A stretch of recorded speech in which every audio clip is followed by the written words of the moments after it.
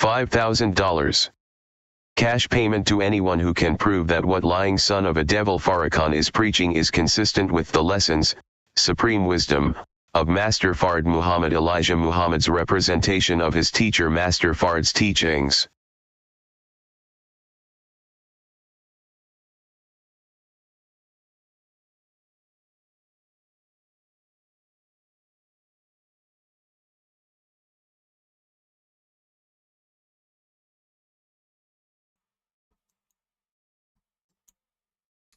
Assalamu alaikum, sisters and brothers. Sulaiman Rahim here, Master Covenant, Breaker 7 Seals. Brothers and sisters, this speaks for itself. Years, no one's answered. They're well aware of it. Great conspiracy is going on, brothers and sisters. Unfortunately, it's going to hurt a lot of us, but we're going to survive it. It's going to take some of us. It says, my people are lost for lack of knowledge. It means some will be lost for lack of knowledge. Why? Because there's those blocking knowledge. Knowledge is light. Knowledge is light. Again, knowledge is light. Someone's blocking the knowledge. Why would there be lack of knowledge? Someone's blocking the knowledge. Okay? Or they have yourself blocking it. Don't listen to no black man. There's no Muslim, that's your mind. Because you don't listen, see, so it's still blocked. That's self-blocking. Mama told you, don't listen. I had a relative, I had this finally shut that person out. Every time I say something, is that your opinion? Where'd you get that from? But don't ask the devil that. So I got tired after you. Anyway, the thing is, however it's being blocked, it's been blocked. Some of you self-blocking. You don't know any better. That's what, mom and dad did to you. Say, don't listen to it. We not by nature, but by instinct, right? Because that's the instinct they gave us, not by nature. Don't listen to any black person. Especially black man.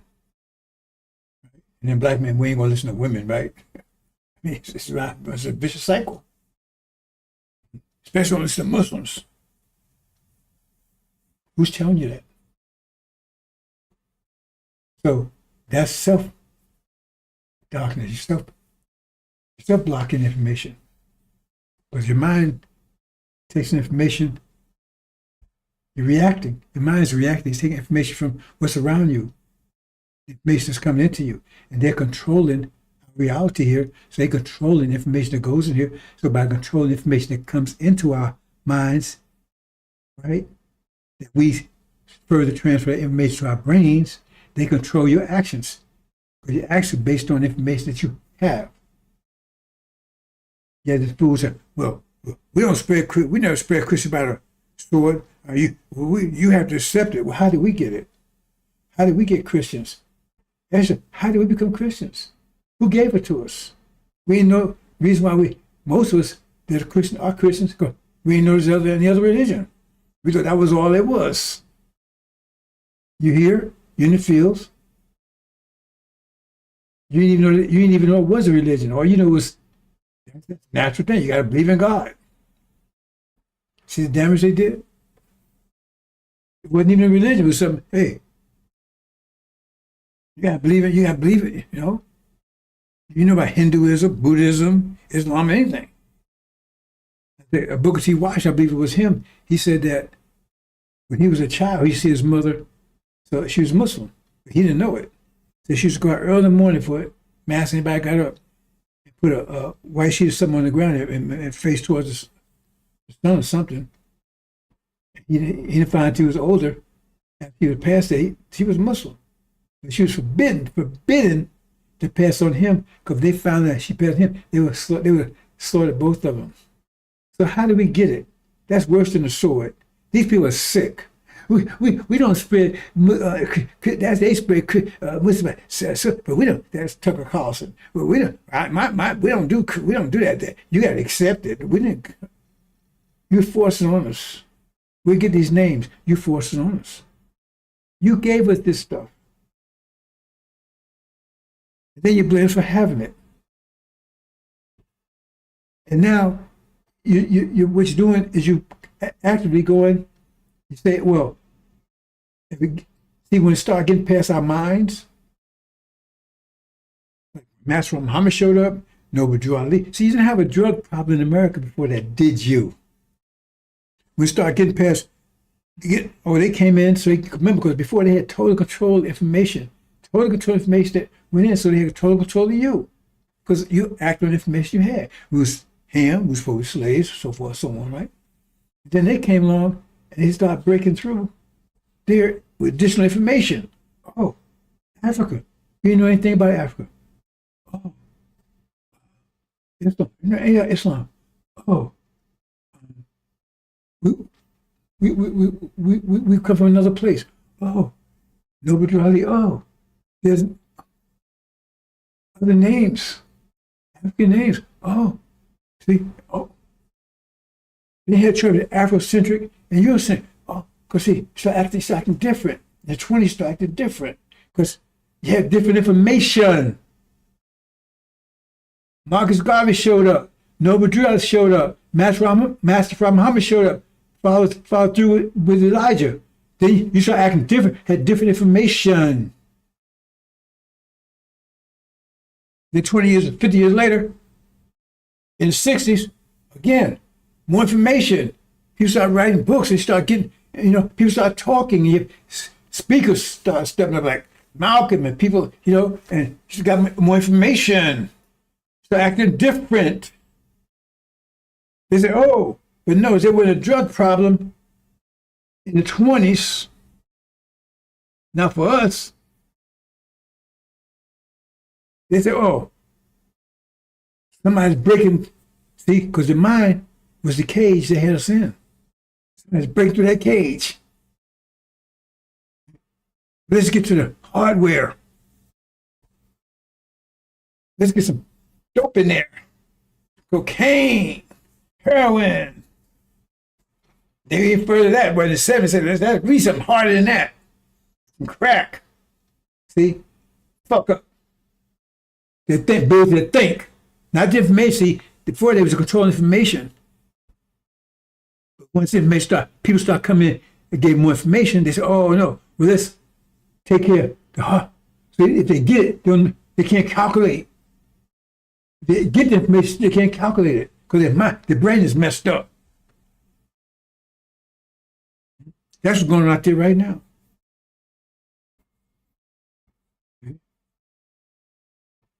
If that don't work,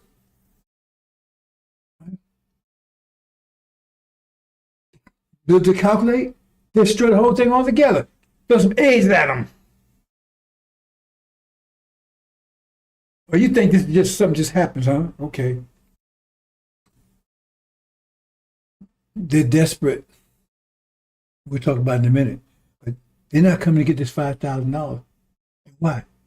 Because they're going along with the program. What was the cheap clothing? Let's move on, brothers and sisters.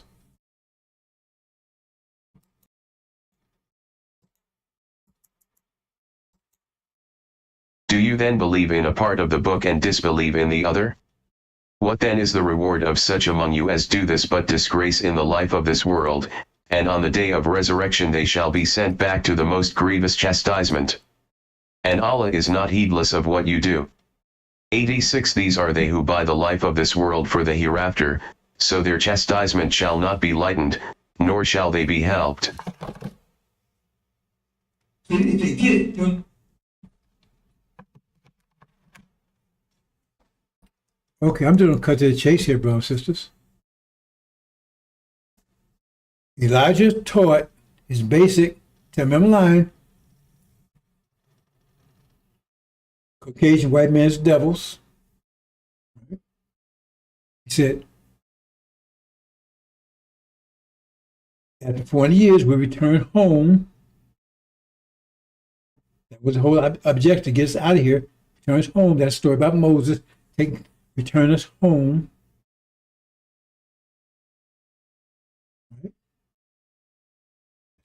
Right there, right? And also the one who would take us home. Now, that was his base. Okay. So, you have 3 books that speak to that. Malachi speaks to the messenger of the covenant that will come after Elijah, that Elijah prepared the way for. They don't mention that. It's right. They don't mention the messenger of the covenant. It's like you never heard of it before you hear me talk about it unless you read it. Nothing. Zero. Okay. But they believe in all the rest. Believe in part of the book and disbelieve in the other. That's one, right? The messenger of the covenant. Okay. Then you go to Exodus, just in the title, right? And they say Aaron. They believe in Elijah, Moses. They believe in Aaron. But Joseph, no. Excuse me. Joshua, no mention whatsoever. No mention of Joshua. No mention of the messenger of the covenant. No mention whatsoever. But they mention the other part. They mention all of Exodus. But to get to Joshua, no mention. No mention of him. No mention of the messenger of the covenant. Malachi, remember they talk about Malachi. Malachi is the reason why you got to believe in Elijah, because it's named there, right? Exodus, because you got to believe in God, Moses, Aaron. Got to believe in that. Messenger of the covenant, no mention. Joshua, no mention. And then you get to the covenant itself. Okay, we're here 400 years, and after whatever, and at the end, they don't mention the covenant. They don't mention the messenger of the covenant. The identity of the messenger of the covenant. No, the covenant. All 3 things are connected. They don't mention any of it. Why? None of it. Tell me I'm wrong. That shows right there. It says what will happen to those that do that. They show who they are. Show who they are. Now, when you get to the messenger of the covenant, when you get to the covenant itself, he's going to tell you we're sinful. Right? That's why we suffered that. But if you read the whole thing, he says, your seed, so we didn't exist at the time, right? So and he's talking to Abraham, and Abraham was sinless. He said, your seed. And so then Abraham says, well, how do I know I'm going to get this reward? Wait. He's looking for a reward. So in other words, they weren't being punished. You don't get reward being punished. That was sacrifice that been made. Because how do I know? He tells me to give it a parable. That's right there. And then the reward is return home, and they're very specific about it. Between the river Euphrates and the river Egypt, that's Arabia. They don't mention right there. So right there's case closed. So if you're still on board, then that means you're an idiot, you're an agent, right? You're at least a liar, or you're a demon. Because right there I just showed you.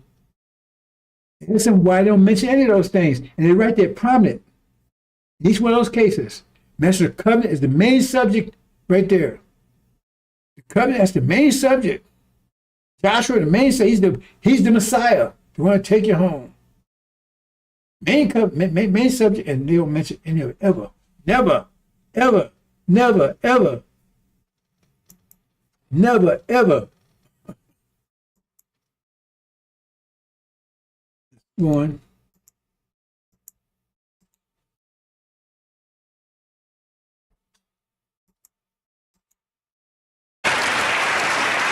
I gotta do this. Do you mind? Yes, I'm gonna do something. I don't want to put my brother on the spot. See, this is this. This is something else. Love and faith transcends color. And the reason why we embrace Father Pfleger as a brother is because we find him on the battlefield of justice being being a true disciple of Jesus. And the last thing I'll say is you'll never call us racist. Yes, sir. Yes, sir. Because this day that we honor Yes, sir. Master Fard Muhammad, if you see an image of him, put his image up. Yes, sir. That's the man whose father was a black man and his mother a Caucasian. And how many of us have a parent that's a Caucasian or grandparent? It's not about color. It's about our submission to the will of God. And in that we find common ground and unity. Yes, sir. So I'm only one shade lighter than you, so. And Mustafa maybe 4 more shades lighter. We a family. Yes, sir. Let's stay a family and be a family and love each other as God would have us to love each other. We love you, Father. Happy Savior's Day. Thank you. I had to do that. We love you. Go ahead. One more time, brother. That's another point of Elijah. See, they have no cover. If you study anything Elijah said, that's total bullshit right there. He said, they're not our brothers. They're devils. All of them. Every one. That's what God says. Now, they know better than God. It says right there in the lessons clearly, they're 100% wicked. 100% evil. Right?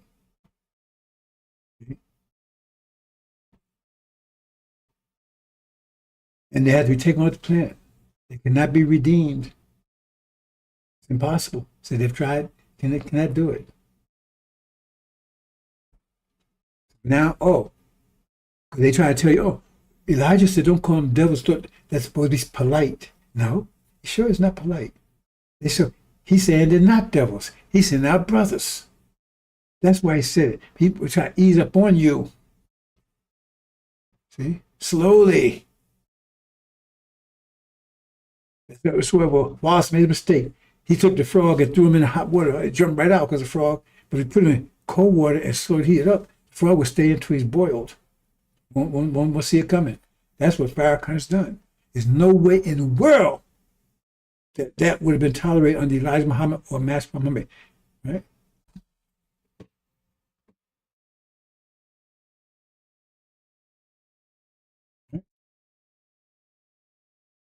Totally wicked, totally evil.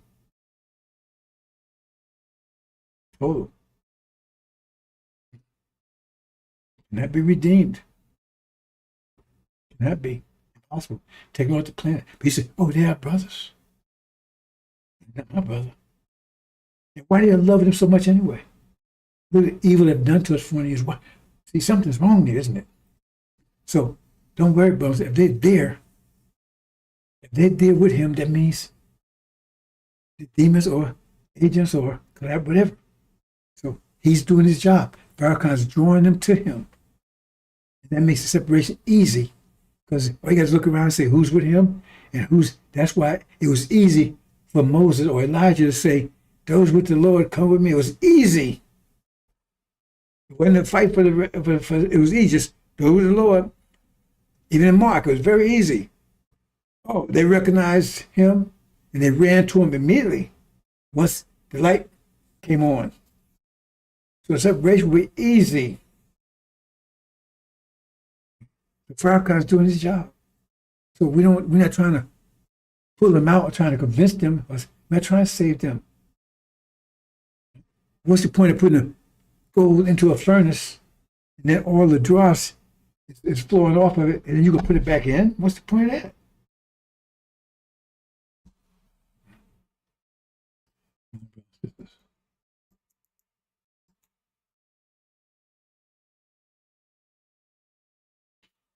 Apocalypse, Joshua.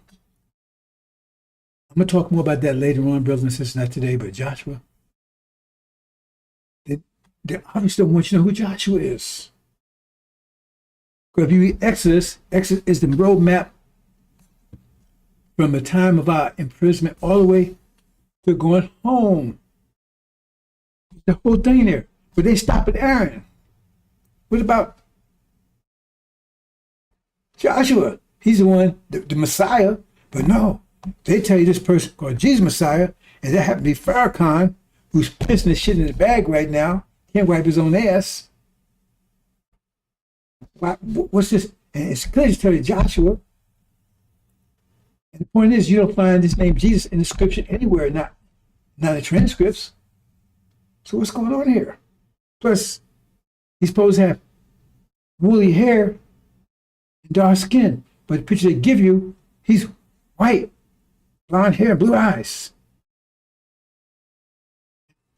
Move on, brothers and sisters. Apocalypse.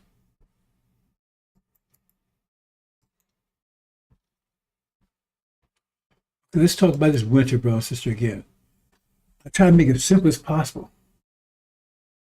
6,000 years, there's 6,000 years in our Earth cycle, axis cycle. After 25,000 years. They round off 6,000 years, make it simple. So they have 4 seasons.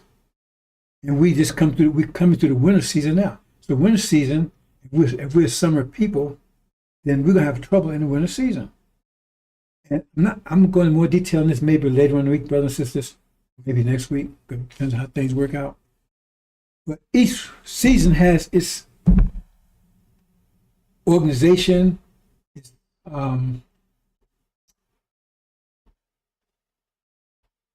what's what I want to use for organization, right? Each one has, so when I mean organization, I'm talking about, because religion is a part of organization, economics, social, all those things, right? How to govern, or maybe I say a governing, an organizational factor. Each season has organizational criteria, that way, organizational criteria. So in the winter, you know, any food, anything growing, so there's not going to be that much food and stuff. And if you're a summer person, you're going to be at a disadvantage because you're cold, you need heat, but there's little food. So the winter people, they got control of the food, but you still need to eat. So now you got to obey them to get the food, so they get you to work. See, that's what capitalism is. I tell people, or look up capitalism. The word capitalism originated simultaneously with so-called slavery. Their slavery. Why?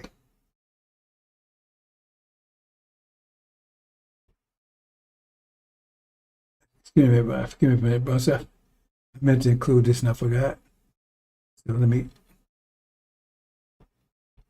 quickly.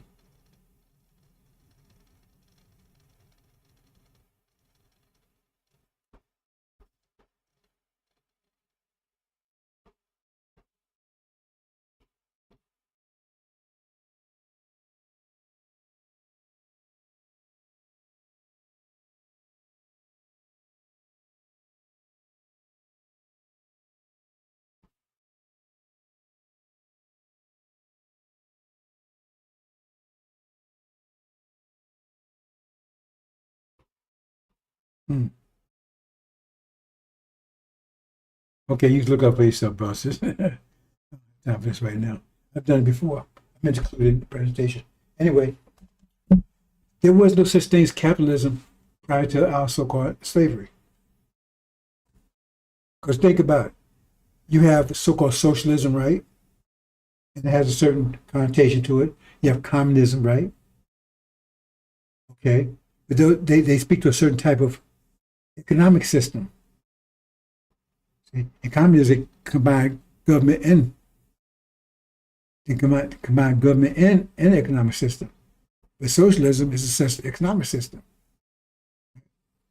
Okay. So So well, slavery is an economic system too. So what you call it? What's the economic system? What's the economic name for the economic system of slavery? Gotcha. Because you know it is capitalism.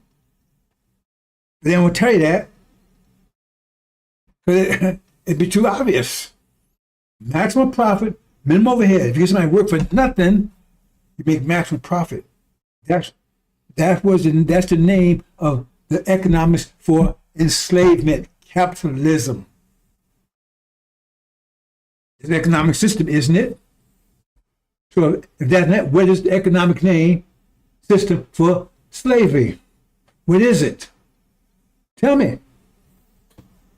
Socialism, right? The government says, okay, I control, all the infrastructure and everything else, right? All the economics. So that doesn't involve enslavement.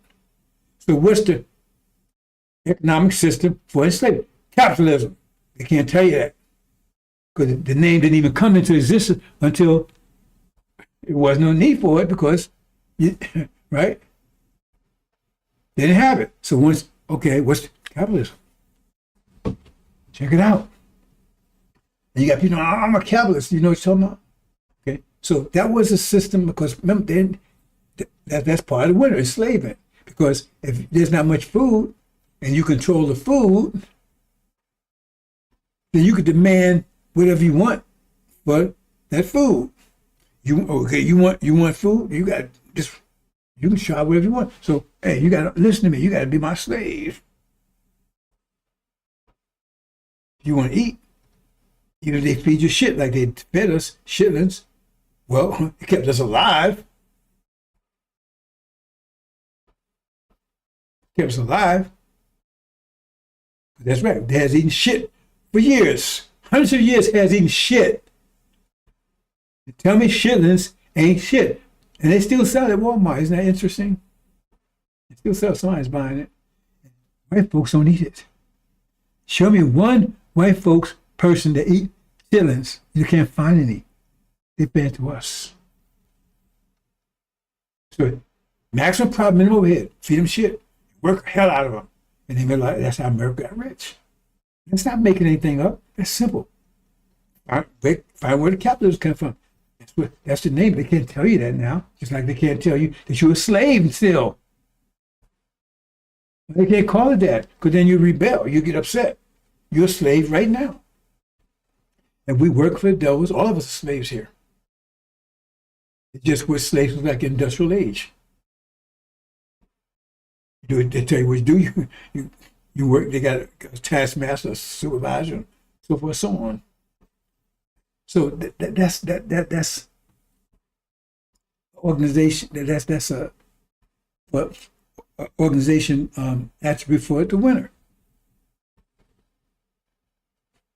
Christianity, same thing. Obey your master. Don't fight back.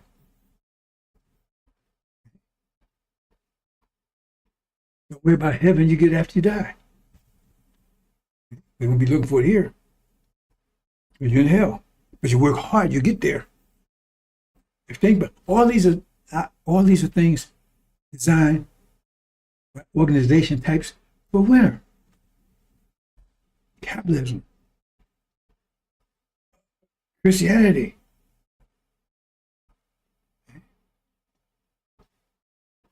All 9 yards. Democracy. Same thing. Those are organizational structures for winter.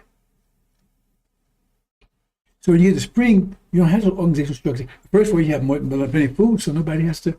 If there's food everywhere, you don't have to work for anybody, right? I mean, you walk through, it's apple trees, you go get apple. Get your orange or whatever. Food everywhere. Spring food's growing all over the place. So you don't need to work for anybody. So that's in the capitalism.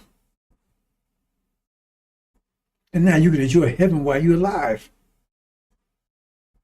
Because now it's warm, there's food everywhere. You got to work for anybody. You see? Because you can realize it, oh, it's here. You understand what I'm saying, brothers and sisters? Those are systems.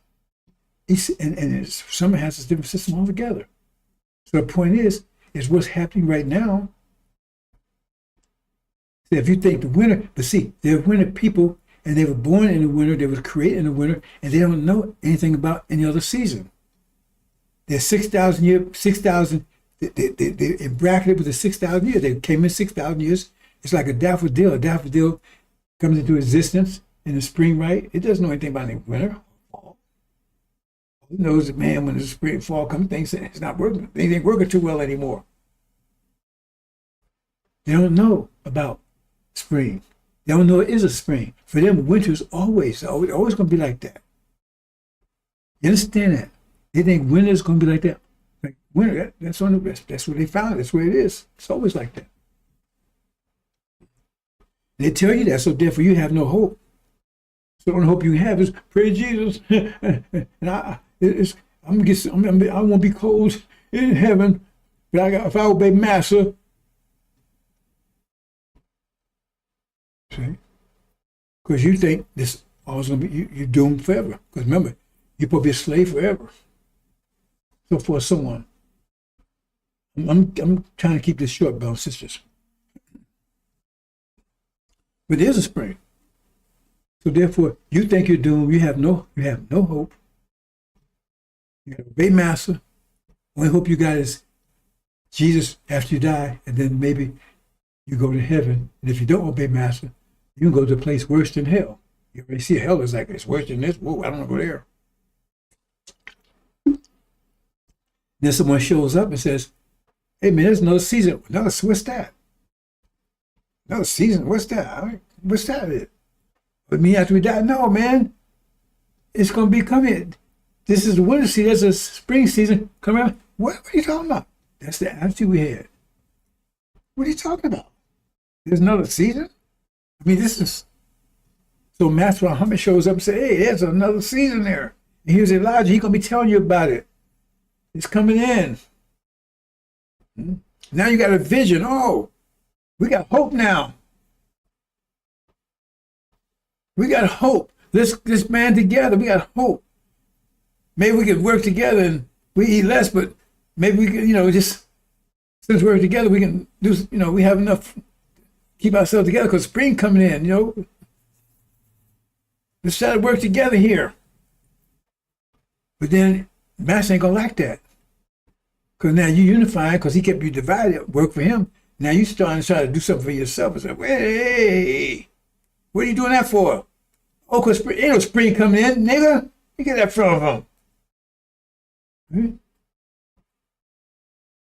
Well, see, he gave me that sign. Oh, no, man. That's a false sign. See? So they put false Israel up there. See? They're still winter. See, they're telling you spring. No, man. He got it wrong. It's still winter. You're just reading that wrong. See? They're the people. That's the vision there, but they're still winter people. They say, you summer people. No, that's them. They're the ones, and they're winter. He said, oh, man, shut it down. Shut it down.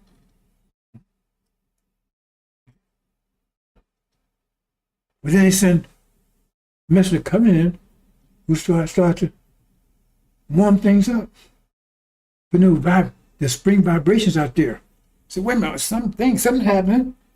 Same time, well, you say that's it, but something shaking. I was global warming. Well, I gotta stop that, see, because now they can't deny it. Spring is showing up, start showing up now. Start to see cracks in the dam. Like dawn, you see blue light come over the horizon. Uh-oh, where did that come from? That's bad. Global warming. See? They start getting your vision back. Oh, we gotta shut that down, man. Because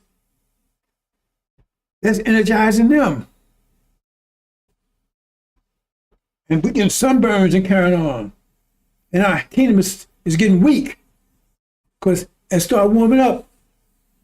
our kingdom is based on ice and snow and hurricanes and hailstorms. And all this stuff was melting our power to control. We hit your ass with a hailstorm, right? Drop an iceberg on your ass. See? Freeze you in an igloo. Oh, everything's melting. Oh, our power's melting. What's going on? And look at them, man. They started moving around, man. Before they was singing the blues, now they singing jazz, man.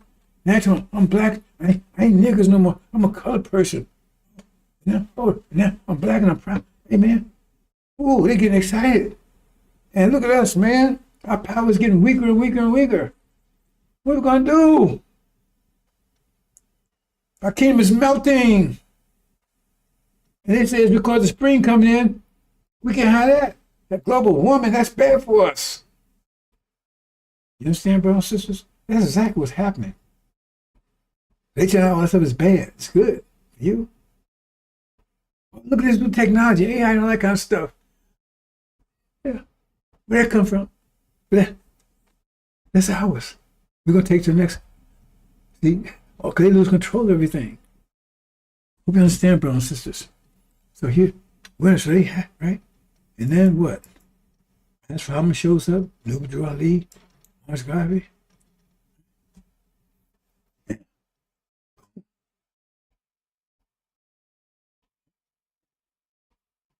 In a short period of drought. What does that mean? See, because you get 50-year bursts of energy.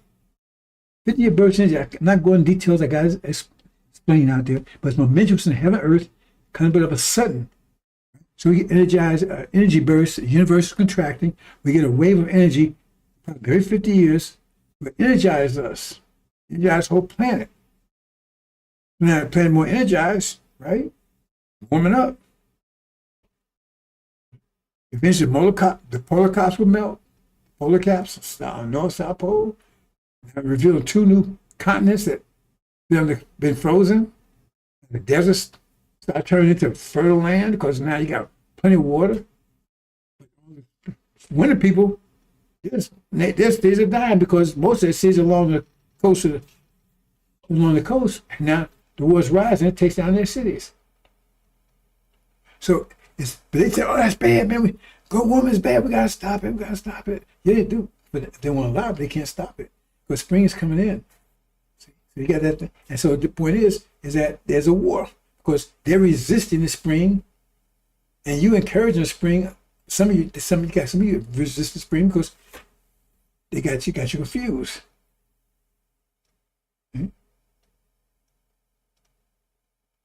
But they're going to attack the spring.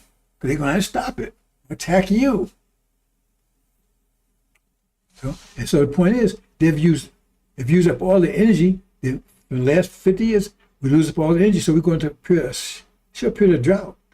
Not enough energy. That's what you see a lot of what's going on right now. But I'm move on, brothers and sisters. I'm not get too deep into that right now. I talked about it yesterday. See? But that little short backdrop, but see, now they're starting to see, and they get angry. Oh man, there's a spring coming in. There's spring coming in. And power's melting. We got to get Greenland back. We got to get Panama. We got to go and invade Venezuela so we get more oil. We got to take out Ukraine. All the power, they're trying to stop the spring coming in because their power's drying up. The winter, their power's in snow, hail, right? Ice. Oh, that was their power base. That's the winter. Everything is melting. The power's before their eyes. They're trying to maintain it. Okay? Now you're being energized. You understand, brothers and sisters? What's going on? They get angry. The anger manifests up in more dramatic ways because now you got a race because they got a race war over there in the Middle East between Arabs and false Israel. It's a race war. Try to hold on to that land, the winner, under control. Got an economics war. That's America trying to take control of the oil and everything over there. Got a religious war. Shia and Sunni. Now, that's already, but it's going to break out. All these things are going to break out big time in a minute. When this war resumes, it's going to explode into unbelievable amounts of blood. The whole Middle East is going to be in a total soaked in blood. Paul says it's going to be the worst. It's going to be turned into a river of blood.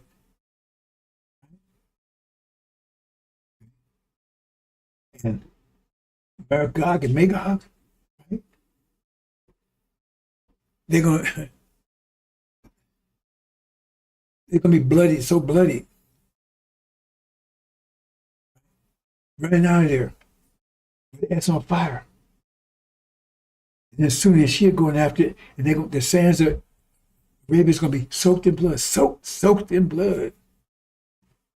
Soaked in blood. That's what happened there. It says men's hearts failed for fear here on earth for those things, fear of those days coming upon here, with powers of heaven shaken.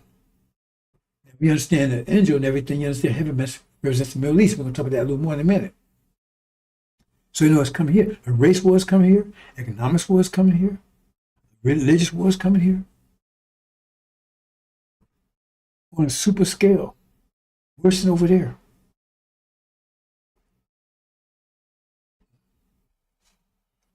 So they angry. Stop the spring. But that energizes us. New season coming in.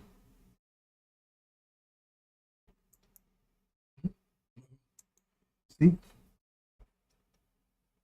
Come in, see? Breaks their power. Breaks their power. There they go. We're trying to stop. We're trying to stop the spring from coming in because there's no trace of them at all. Make all things new. When spring comes, all things new, all the winter's totally gone, eradicated. That's what it means, make all things new. Spring.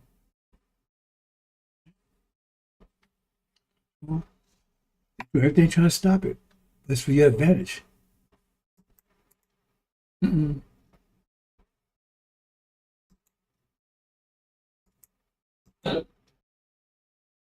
Watch this. I believe that America can be beautiful. How can America be made beautiful? Now, family, listen. My brother Imam Wadafuddin and I have had disagreement, but his followers and mine have never given each other as much as a bloody nose.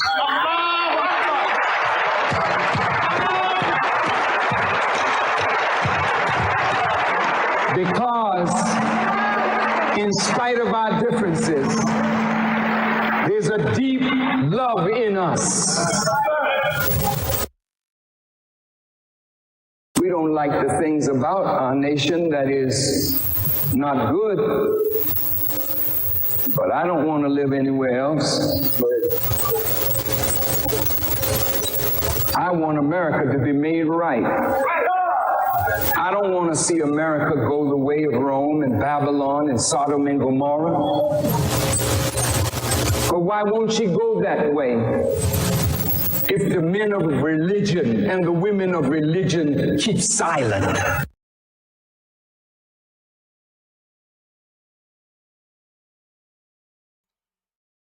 See, brothers and sisters, like I said, this is simple. That's why those people there, they're doomed.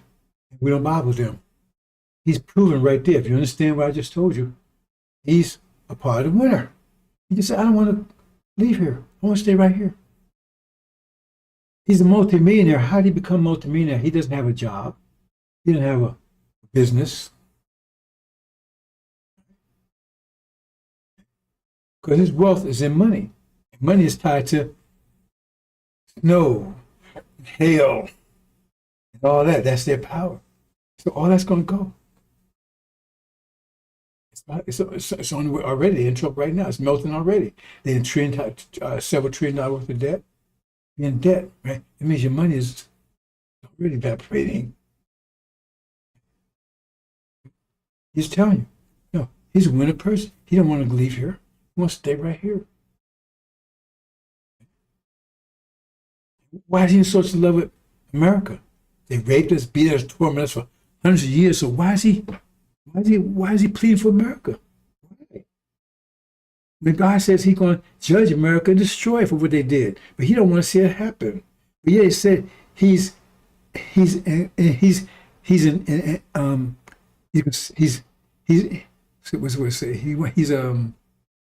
submission to God's will. Where he says, Master Muhammad, and Muhammad said, no. He says they can't be reformed. It's impossible. They had to be eradicated. He don't want to see it happen. So how in the hell is he's in submission to Master Muhammad's will? Muhammad said it would be fools to want to stay here. But he said, I want to stay here. That religion said, don't make me leave the country. One brother and sisters. It shows who he is. Once you understand the math behind it, you recognize who everyone is. Now, hostage. Now, Elijah Muhammad taught this. Like I do not represent Elijah Muhammad. I represent the messenger of the covenant. I represent the angel. I'm the messenger of the covenant. I preach the covenant. We're going to realize the covenant. But Elijah didn't speak to it. It says, and the Quran speaks to it. It says, they hold us here as hostage. Because the Quran, as the Quran tells in the Bible, also, God would not come in and take out a nation as long as there was righteous in there. He can't get at America as long as they hide behind us. That's one of the reasons, aside from the fact that we are their wealth, they won't let us go. Because they know once they let us go, the Master Muhammad can get at them without any interference. So you recognize a whole group of people based on that. Because the only one out here saying we need to get away from them is me.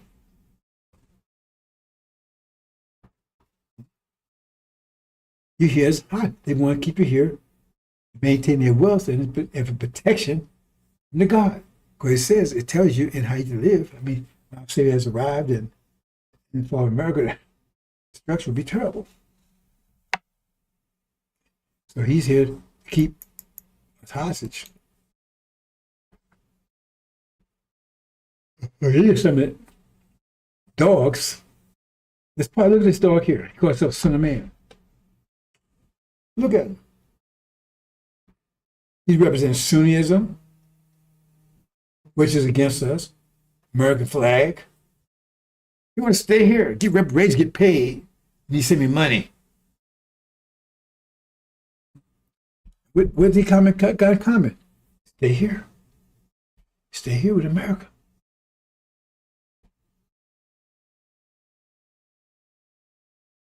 That's the death sentence. That's one of them. There's a whole bunch of them out there. Right? The Son of Man.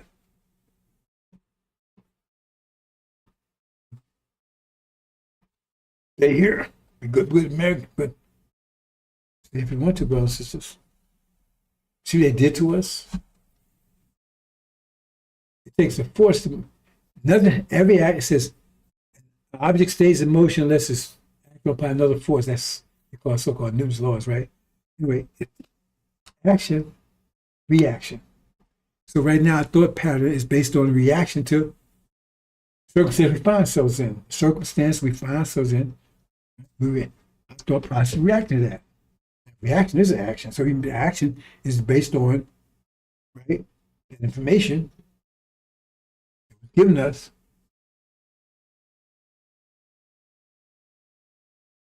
Where you process it, and you make a decision, right, based on that. Can't go beyond the information you've been given. Understand? So Well, let me show a couple more things here, brothers and sisters. He calls himself Son of Man.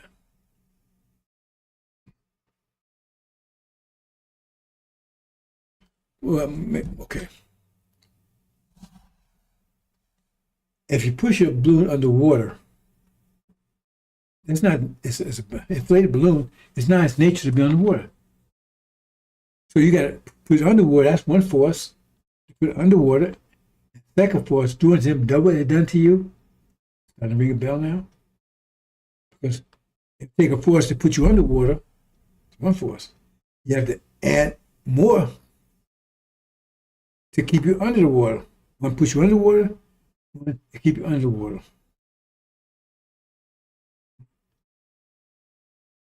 You understand? So, who's responsible for being underwater? The force that pushes under there. What's the nature of the force? You can tell the nature of the force by what the force is doing. You can tell the wind is blowing because the leaves are shaking. Tell what direction because of the way the leaves are. So you can tell, right? If this is our natural condition, no. It's against our nature. That means there's a force, opposing force, that forces in a condition. Because we don't have our names, we have our land, we have our religion, we have anything. So there's a force that's keeping us underwater. And the force still exists because we're still underwater. And you can't see the force, you can't see the wind, but you know it's there because you see the action of the leaves. So you know the force is still on us because we're still same condition. You can't see the force, so you know it's there. They hide it from you, but it's there because if it wasn't, we revert back to our natural condition. You take a lion, any animal, you train them up, and they'll act upon it because you're constantly, whatever you're doing to them, electrocuting, whatever. But if you stop doing that, they revert back to their natural nature. Every time. Every time. Same thing with us. So the thing is, there's a force that's put us down and a force that's hold us down because we're still down. We're still in bad shape. Still got their names, their religion, everything else. So we can't see the force, but we see the effect of the force. Another thing is that force, the characteristic, what's the characteristic of that force? What's the characteristics of it? It must be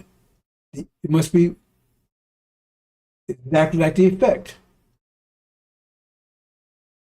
So you blame the manufacturer because we act like niggas. That means it had to be niggas that made us. Because they made us into themselves. Even I just explained that. So that means they're the niggas. A dog can only make a dog. Angels will make angels. So they say, we niggas no good. That means that's what they are. Because they made it, they made us into what they are. They blame us for being this way.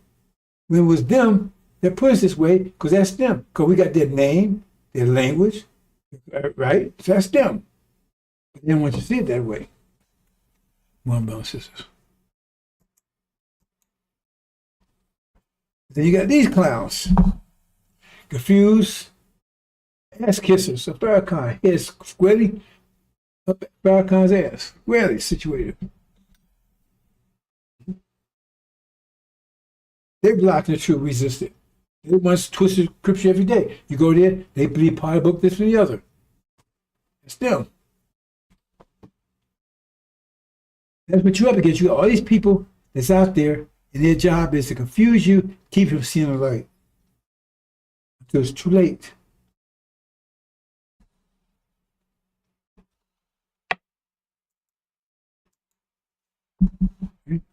Got Ben X out there. None of them know anything. They don't know what they're doing. But they've been employed to block the light. Have no idea they're talking. They haven't broken any seals. Oh my God, Elijah. No, you don't. And some of them, if you get past Farrakhan, they're in a fallback position. That's them. Don't let them come anywhere near me. I got the perfect light and it doesn't cost you anything. You already paid the price.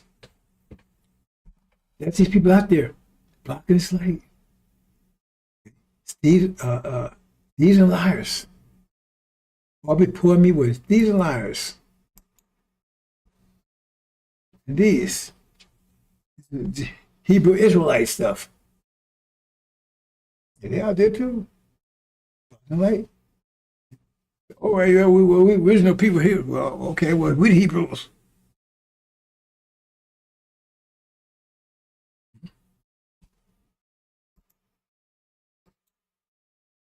More of them. Different groups of them. Royal. All of them out there. He's the son of man. I guess he's son of man too, right? All out there.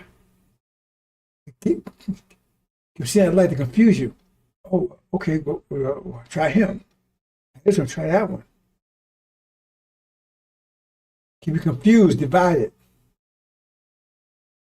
You know, for Elijah, how come they have one speaking at one single voice? They're getting paid. That's it for the Benjamins. Eric. Liars. All before me, thieves and liars. All liars. They'll pay a heavy price. We'll be seeking the message of the covenant. Some of them are right agents designed there to keep you with this message.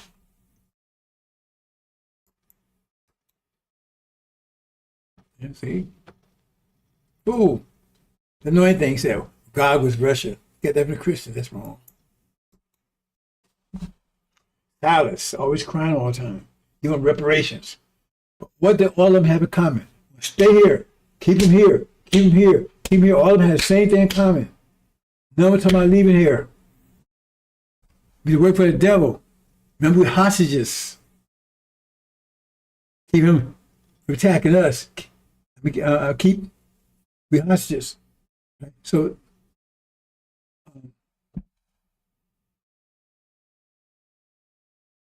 right? They're using us to protect.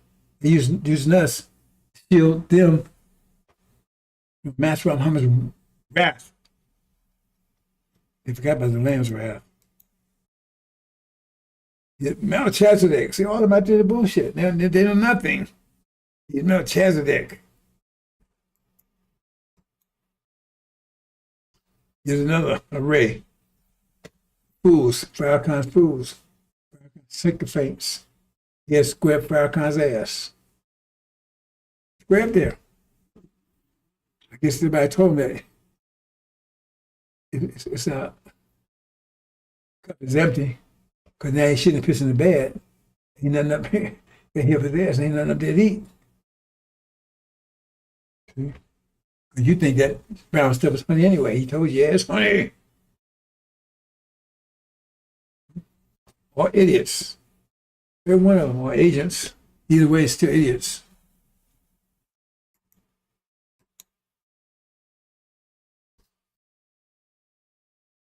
Here we go, some more. All right. Jeffrey, Ishmael, Daniel, Wesley, biggest one of all, Legion.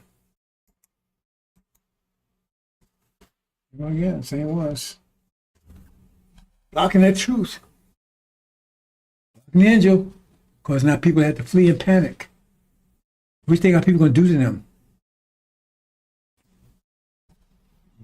Judge this nation. Okay, C-bomb.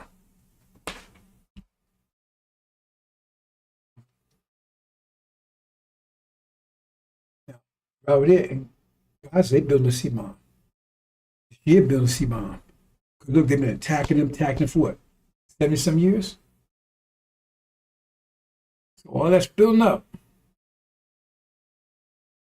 See, when somebody, well, they got all wrong. Somebody does something, you don't retaliate. Every action has opposite reaction. Right? We just so alpha and I to the truth. That's immutable. So he said, well, what if I don't take revenge? Well, you hit. If somebody hit you, the impact of hit is still there. So you don't retaliate. That means now you absorbed that hit. It might end up be a broken rib, whatever, but you absorbed it. But now they got to pay a consequence for that. But you absorb, so you holding it up, you damming it up. They keep hit, boom, this. So you keep building up, building up, building up, right? And retaliate.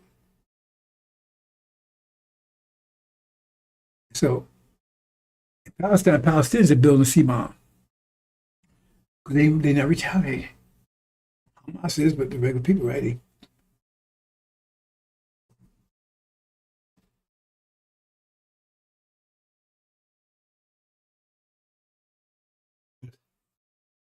And us, for 500 years, 400 years, we put up and have retaliated. So what happened is that, remember, that you dammed up that consequence. So the longer you hold it up, the longer, the bigger it becomes, the bigger explosion. So we got 400 years of right, going on with them, not resisting, they're just going on. Slavery, death, transition, whatever. No, you can't stop transition. I mean, excuse, you can't stop. Well, you can't stop consequence. You can't stop it. You can dam it up. But you cannot defeat it.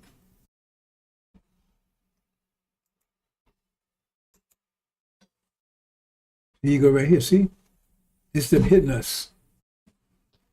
Hitting us. And we're taking it for years. Hundreds of years, it's taking it, not responding. Taking it, pointing at us. Hating each other. Live each other. Calling out each other.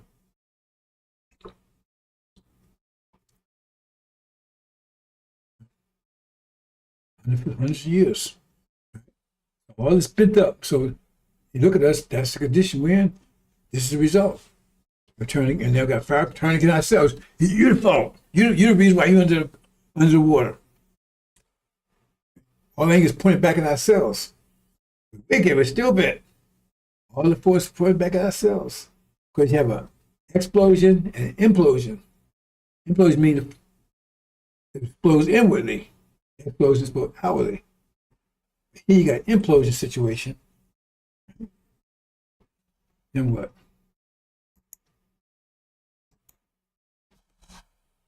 Then Elijah comes and says, oh, no. All that pent-up frustration you got, don't put that on yourself. Start working together. We're brothers.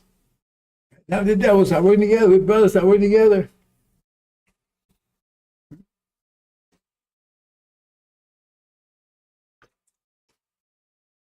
The devil's the enemy.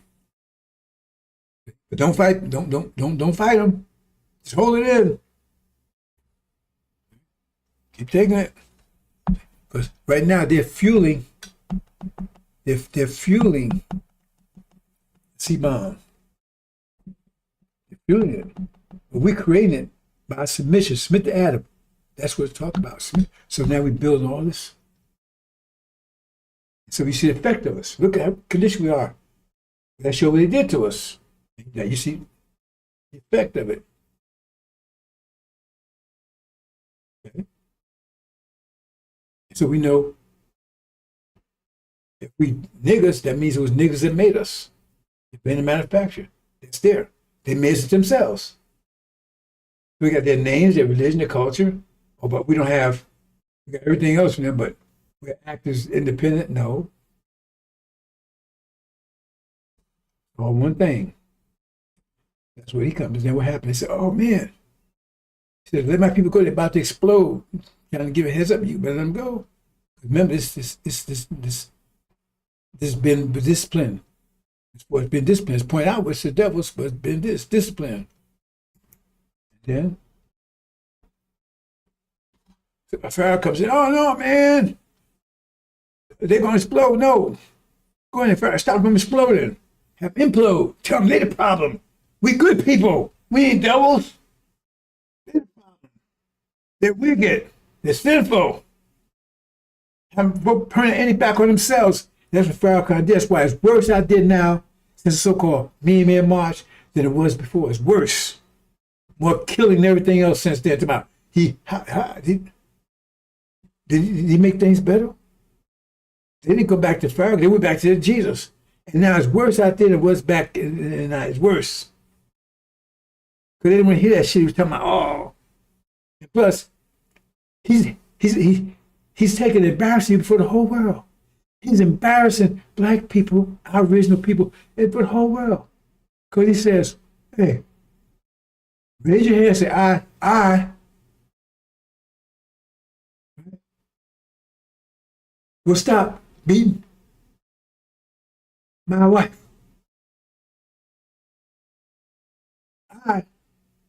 That means your wife beat her.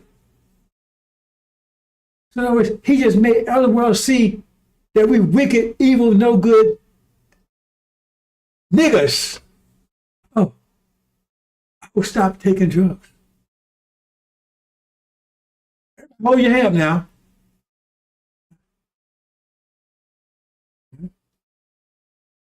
I will stop putting my head between master's legs. Leave that one alone. Man. Oh, I'm gonna stop stealing.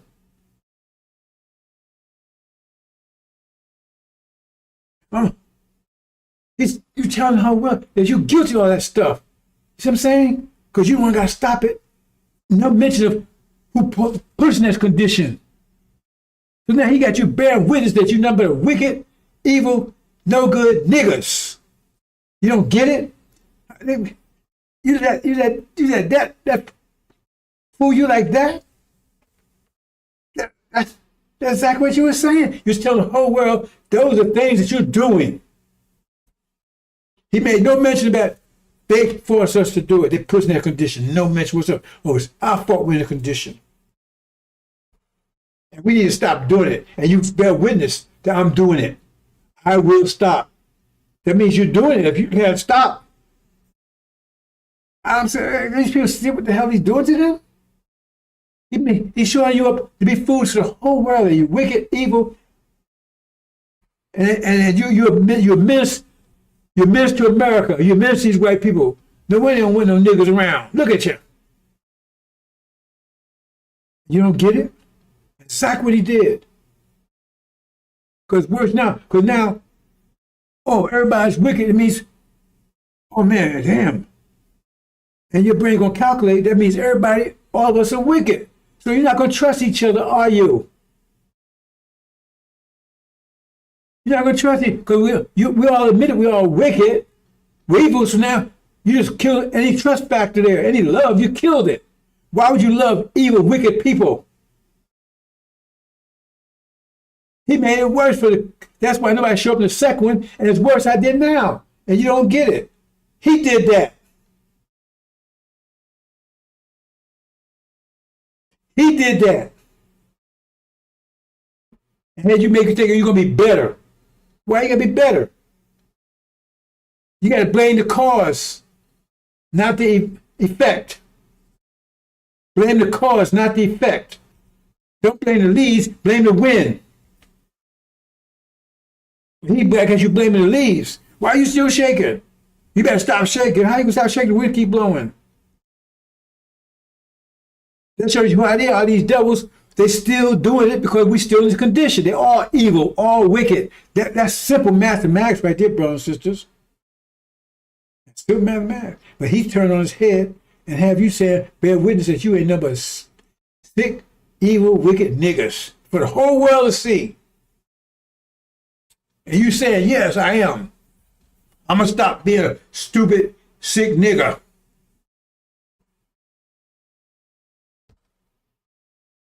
That's what he did. And the devil wrote the script. Because that's what the devil saying. They would be all right if they stop. They nigga, look at them. Well, who made us? They're the problem. They blame us for what they did to us. Like oh, well, I raped her, but she wanted it. Good? Why'd you have to rape her then? Yes, brothers. And so that's where he comes. Turn it back on himself. Oh, see, it's the Scientology. It's your mind. It's you the problem. See, that's all about. Remember, he's telling you, you're the problem, not the ones that did this to us, because they're all right. He loved it. He loved it. He don't want nothing to happen to them. You the problem. And I know it, them. We was niggas. Yeah, we was niggas they brought over here. We just messed up. We're sinful and everything else. And we still that way. No blame to them whatsoever. Stop. We just to ourselves. We changed our name. We grabbed everything. All that. We did that to ourselves. In fact, we swam over here ourselves. Come on, y'all, put things over here and whoop our ass, man. We need it. We masochists. Okay, there it is. That's what Zappy's supposed to do. He been 40 years of Aaron. That's what Aaron was supposed to do. Read Aaron. And then Joshua will come. Start hitting. Telling people the truth. Who the devils are. Because they don't remember, oh, no, them they're the enemies. Who Farrakhan, expose the Farrakhan, who he is. That's what's going on right now. They got that shield around there. That's the government, everything, protecting him so he can keep on keeping us, making us implode. That's why black folks are imploding. The black community is imploding. Original people imploding. I'm not talking about the demons, I'm talking because we're killing each other. We can't say to go out in the streets. And now they put the military, getting that excuse to put military around our cities now. We're imploding. We're attacking each other. We're the worst enemies to each other. You know, devils don't have to do anything anymore. We're imploding. That's Farrakhan. Okay? So he's trying to break this through, which it's happening. It's going to happen. Boom. Knock out Farrakhan. That's about to happen. Bam. And then turn around and explode. Because they attack us, right? Put that. Now we restore it. Because now all that pent up energy, doing them doubles they done to you. The enemy is not against us. Now we're united. And we know who the enemy is. And we're putting that frustration, all that stuff, that pent up anger and everything on them. Doing them double they done to you. And that caused us to unite. Because now we release all that anger and everything 400 or 500 years. That's why Babylon will be destroyed in a day. Because now all of a sudden hit them one time. All of a sudden, bam. So that's why it says a nation born a day, same time they destroy, same time we're born. Because now we start beating each other up. We start looking at each other, we're evil and wicked, and we put all that force back against them. And we restore it.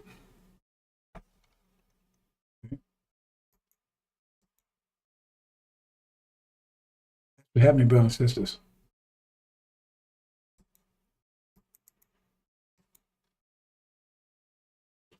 Okay, let me go back. Let me finish up Birth in the Nation, brothers and sisters.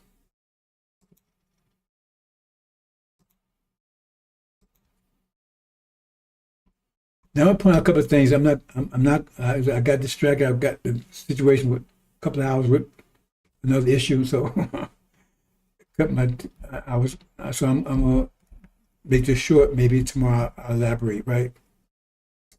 I want to talk about something in Daniel. Now I want to speak to Daniel in a more complicated way, more detail, with the whole thing about Daniel, because Daniel was, I mean, that's part of the angel. There's a connection to it, right? But Daniel has no different perspective, but it's talking about the same thing. So there's this tree. I'm just going, right? There's this tree, it says, and this tree that represents us. Who's that tree? Right? And it comes horrors that can't control. Everybody was living out in submission. And then it says, and the Holy One, see, that's why I didn't mention that yesterday, but I'm elaborate today, right? Because it tells you the Holy One represents the Arabs. The Arabs.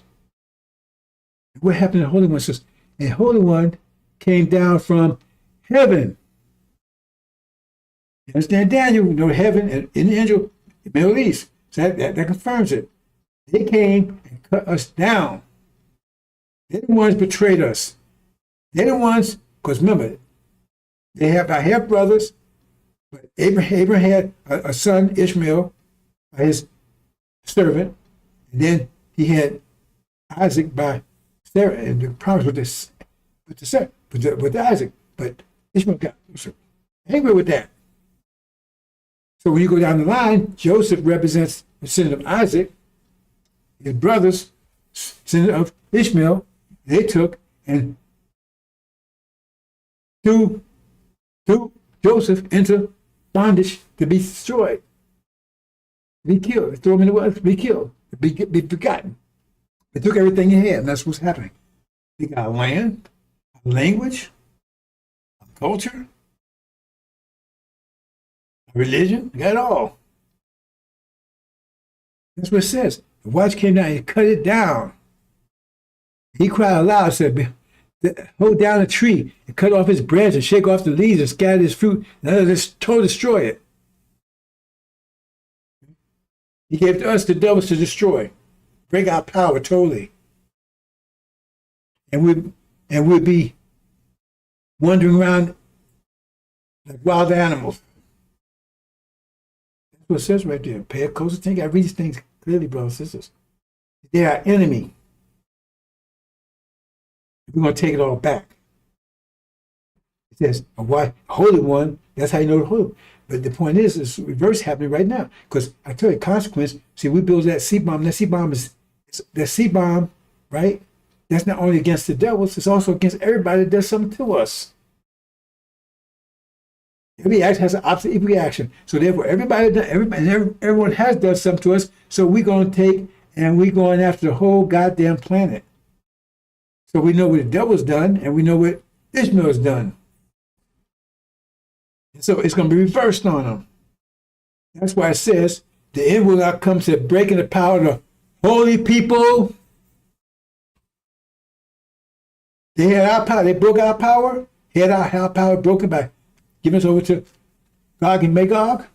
That's what he gave us over to. Right? Now Gog and Magog is about to break their power. For the Middle East. Consequence. Every act opposite equal reaction.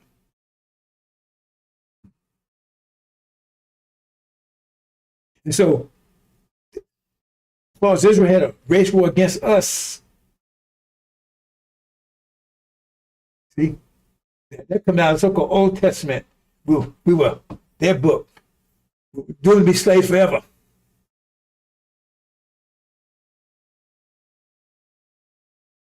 Now, race war is going over there, and it's going to backfire on them in a minute, because when the war resumes, they'll be taken down, and that's going to backfire on them because they started the race war over there. So now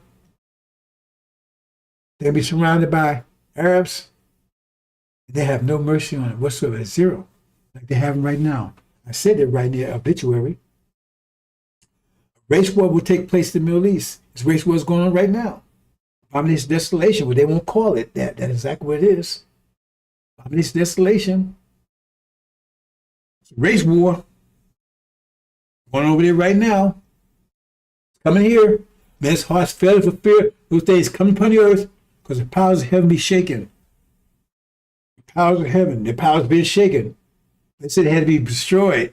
The powers being shaken right now.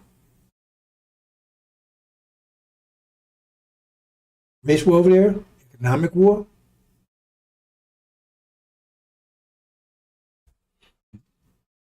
They're taking everybody over there trying to control everybody. Now, same thing, they're going to lose control of all their resources over here.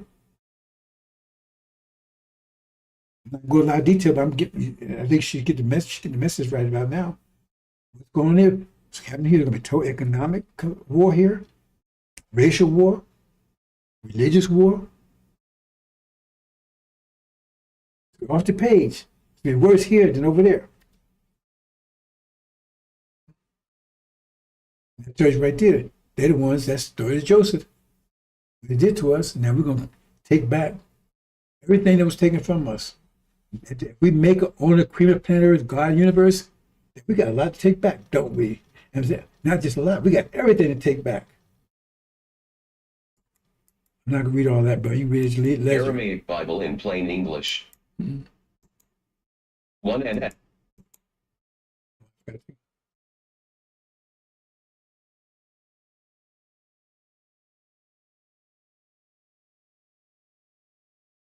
It says this tree be bound by a ring of brass and a ring of iron. Again, you see, these people are talking. They cannot understand this without the angel key. Without angel key, they cannot understand what that means. If you understand a statue, you have the statue was gold, then silver, then brass, then iron. Gold, silver, brass, iron. Okay, brass, fool's gold. You polish up real good, you can fool people with it. Iron, fool's silver. That silver, so silverware you have at home is really iron.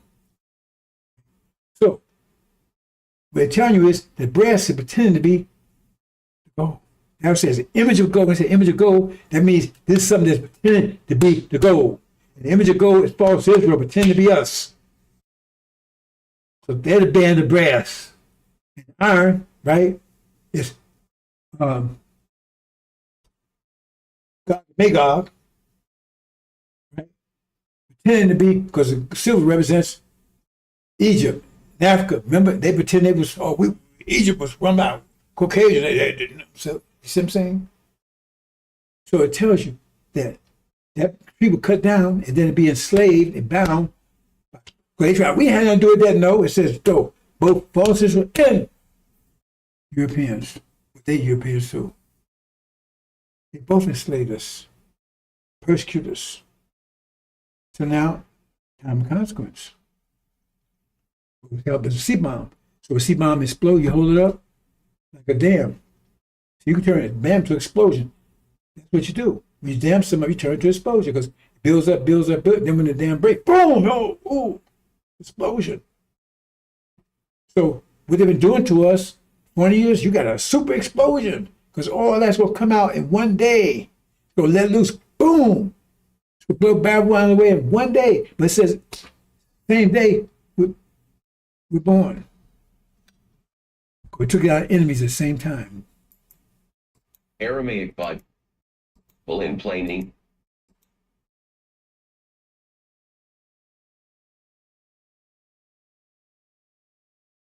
Here it says,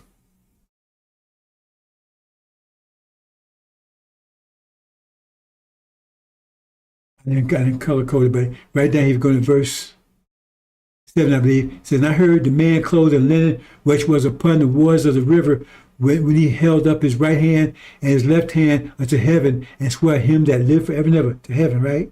There shall be a time, half time, and shall have, until when he shall have accomplished the scattering of the power of holy people. And that's when, then, that's about to happen. They're breaking their power. Because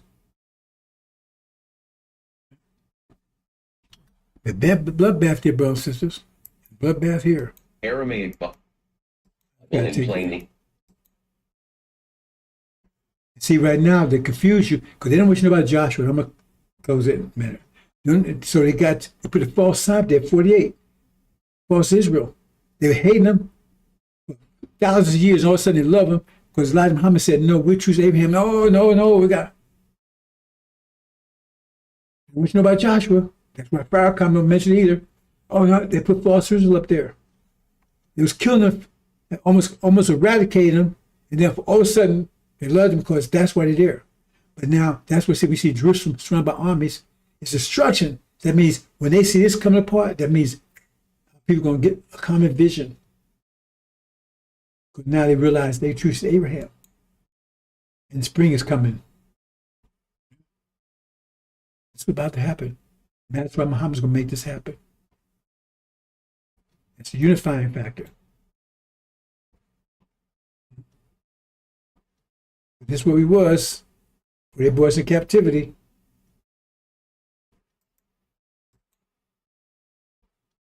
See here?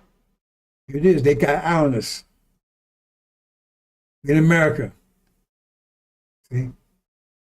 We're still in the womb. Also, it says the dragon. The dragon stood by to watch the child. As soon as Sue was born. On us. Watch.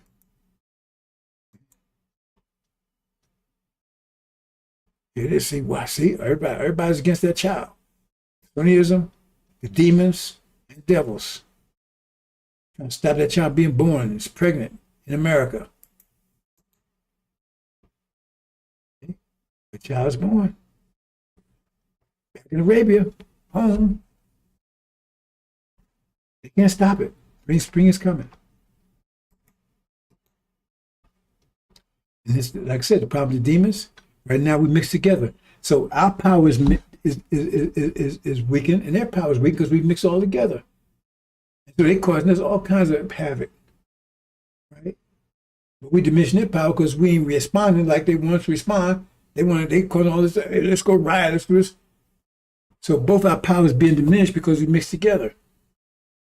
And that's what Suleiman's job is, to separate the chaff from the wheat.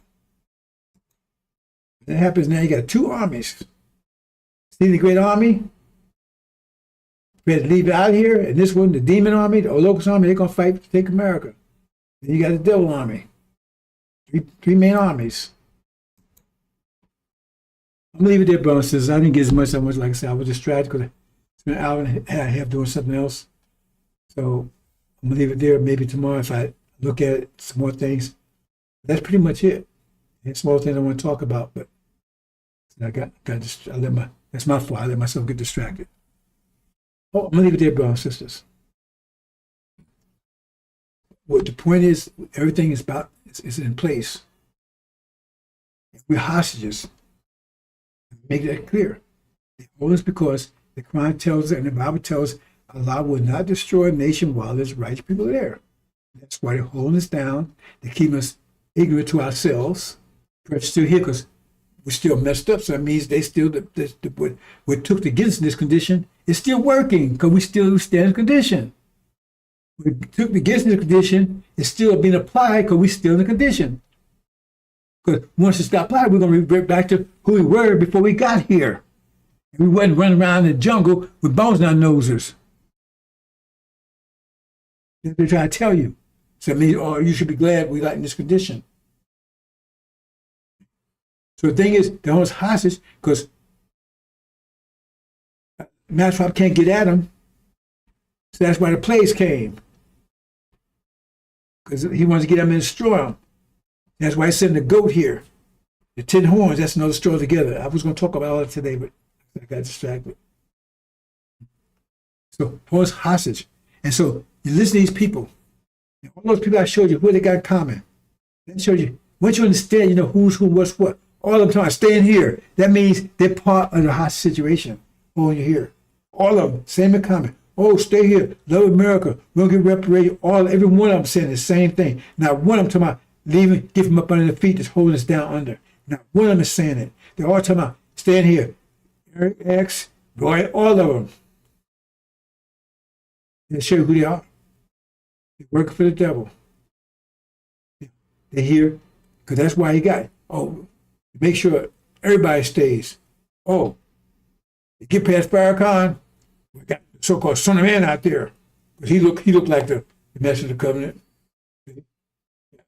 Get past him, we got Ben X out there. Get past him, right? You got Mel Chaz, got somebody for everything, and he keep you whole here and to keep you here and to keep your life shining. Keep the black light of the messenger of the covenant. Because that's what it's all about. It tells you the messenger of the covenant, that's what we should be seeking. That's what's going to take us home. But no, we ain't going nowhere. Never mention the messenger of the covenant. Never mention the covenant. Never mention Joshua, the identity of the messenger. Never mention those things. Why? They're right there, but they jump all around them. Those who love believe part of the book, discipline the other. Why? Because they don't want, because if we leave here, America's open season on America. And the only reason other countries gain, because the only reason other countries not after, because Master Muhammad's holding them up. Everybody's, like Muhammad said, everybody's after. Like Muhammad, Master Muhammad is holding everybody, because we're here. They attack, just like the goat. When they come, they're going to tear this country apart. So understand it came with them. I explained that before. That's why the Red Sea part is true. He's holding all this back because we're here. And they want to make sure you stay here. And that's why all of them, to keep you distracted. Because once you focus, then you're on your way out of here, and then everybody's going to descend on America because everybody's got some sort of seed bomb towards America. Because everybody, I guess called the I-bomb. Well, look at Iran.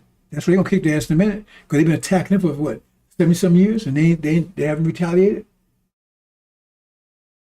So all this consequence, not just us. They did the worst to us. They did something to everybody.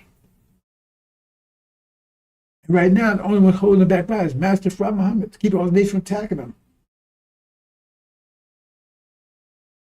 Once we removed, okay, they couldn't remove all of them. He had to sit. They didn't listen. If they listen to Elijah Muhammad, all of it. But so they don't have what they need to get through it. But they're gonna be here. But the elect and the land will be taken out. Assalamu alaikum, brothers and sisters.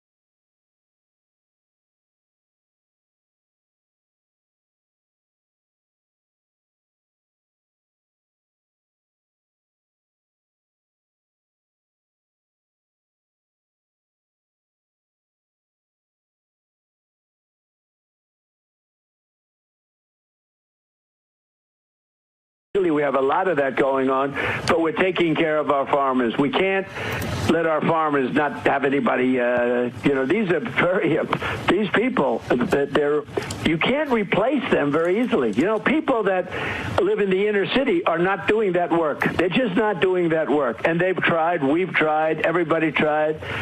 They don't do it. These people do it naturally.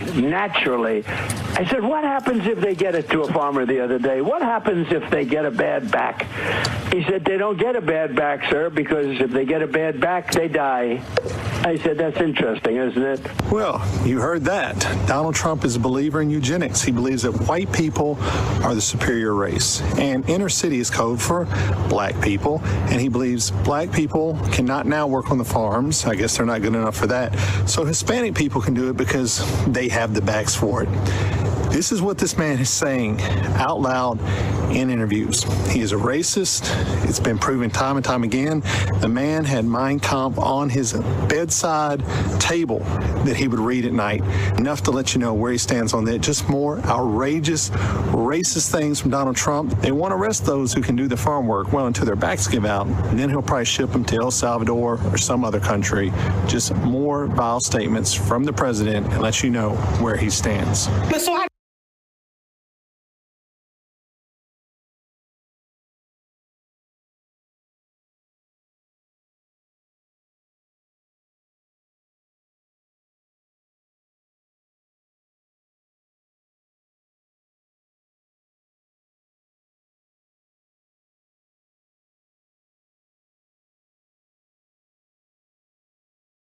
When they were arresting people for praying outside of abortion clinics. I mean, I do think the UK, and I say this as, someone who is half English, I think it's like reached, or it is quickly reaching a point where democratic reforms are going to be pretty tough because of the demographic change.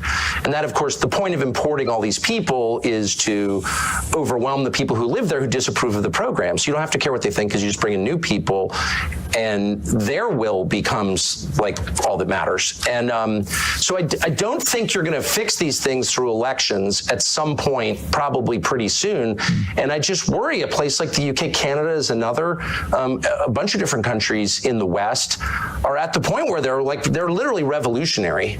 They are poised for revolution. And as someone who really doesn't support revolution and hates violence and hates civil war above all, I'm worried about that. I mean, I don't see how this is fixed. Starmer, who's he's just an instrument of larger forces, but he's a poisonous character, obviously, who's really hurt your country.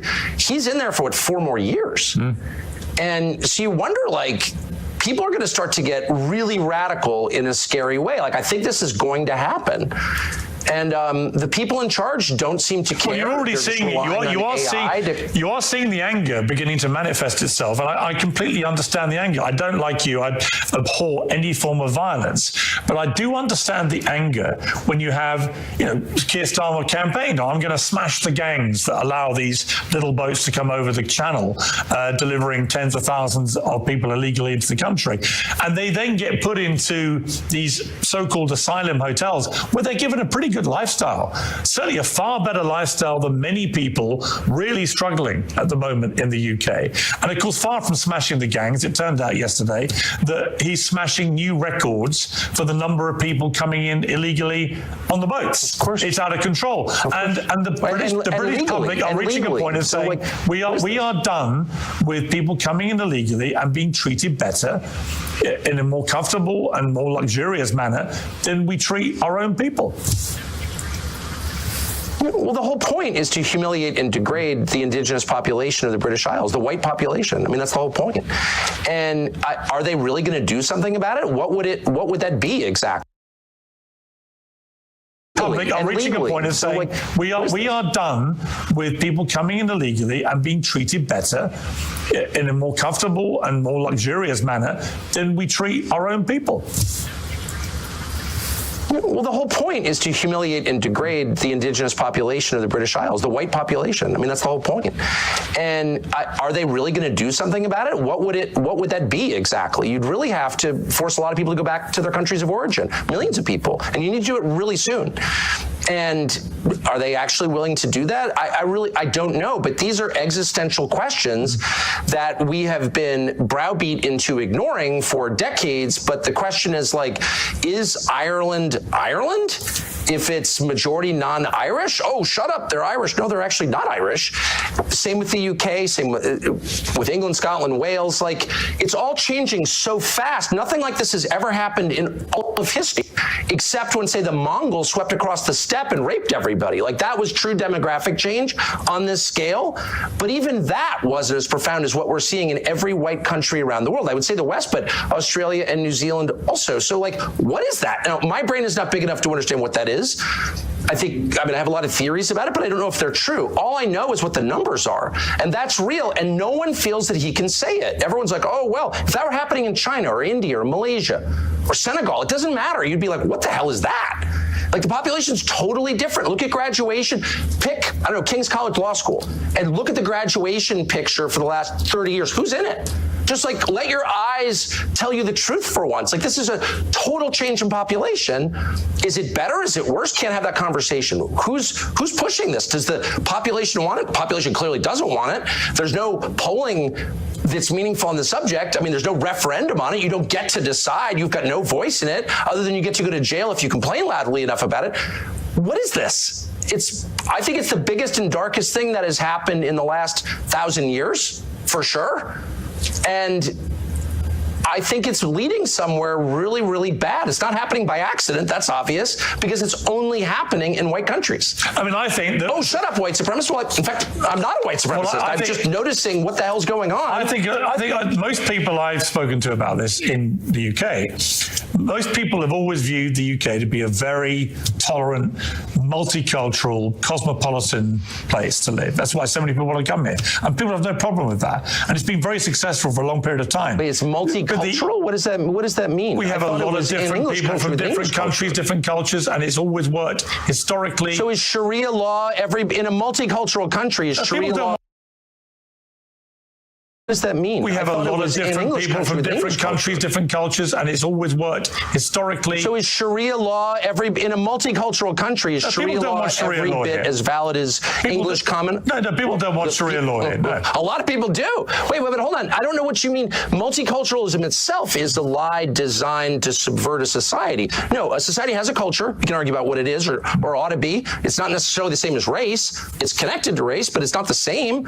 People from different races can buy into your culture culture. That was kind of the beauty of the West. But a multicultural society is not sustainable. There's never been your such a society thing. Is one about culture will dominate. Hang on, Tucker. Surely the United States of America, given the very way it was created, is the epitome of a multicultural society. And my point I was going to make to you was... It's absolutely not. It's no. It's a multiracial society. Yeah. Though it was not actually a multiracial society up until pretty recent. It was just like 90% white for most of its existence, but whatever. But you did have different peoples, you had different religions. That was all totally fine, but there was one culture, as American culture. There's no such thing as a multicultural society. It's not sustainable. One culture will overwhelm the other. Again, it's not the same as race. It's not identical to race. It's connected, but it's not the same. But multiculturalism is by definition insane. No, it's never happened. It never will happen. One culture will predominate. It will impose its values on everybody else. I mean, the gay thing, which was not a thing 40 years ago, gay was a slur, all of a sudden becomes multiculture there. There's one culture, and it's required. And that's true in every society because a culture is a commonly agreed upon set of values, which in their firmest form are called laws. But those values can evolve. This is true everywhere. But those values can evolve. Of course they evolve, but there's only one set of them. It's not multicultural. There's one set. You worship one God in every society. Sorry. But your country's values were established by the United States Constitution, and that's had, 26, 27 amendments? Right. So your own values, as determined by the founding fathers, they have evolved and been changed to accommodate changing time. There's no doubt. Look, I'm not even arguing against change. That's natural. It's natural that people's views evolve. So the culture changes. Once you start rejecting the laws of nature, then you're doomed. But let me just say, no, of course, societies change. I get it. All I'm saying, I'm making a very discrete, specific point, which is multiculturalism as an idea is laughably stupid. It has never worked. We never had it anywhere, and it never will exist because it's contrary to human nature.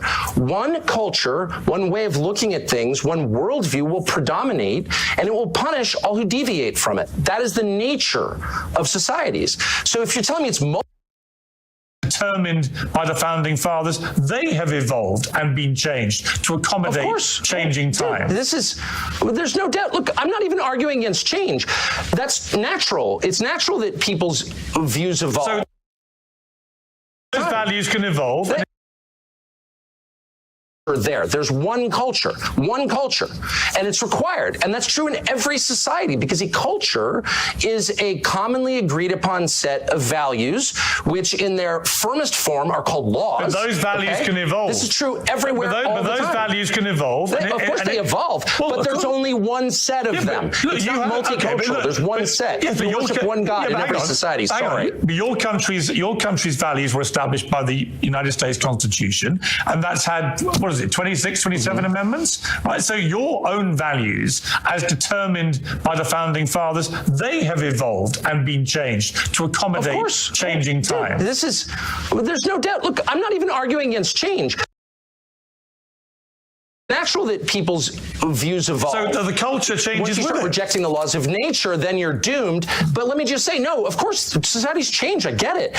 All I'm saying, I'm making a very discrete, specific point, which is multiculturalism as an idea is laughably stupid. It has never worked. We never had it anywhere, and it never will exist because it's contrary to human nature. One culture, one way of looking at things, one worldview will predominate, and it will punish all who deviate from it. That is the nature of societies. So if you're telling me it's multicultural, we can all live and have radically different values, that's just not true. It's never been true. It never will be true. So you're having one culture, one worldview predominate over another and dominate and suppress all dissent. That's just what it is, dude. But let's be honest. I would point to the United States of America and the United Kingdom as two shining examples, albeit not completely without their flaws, but shining examples of places that are deemed by the rest of the certainly feel that about my country.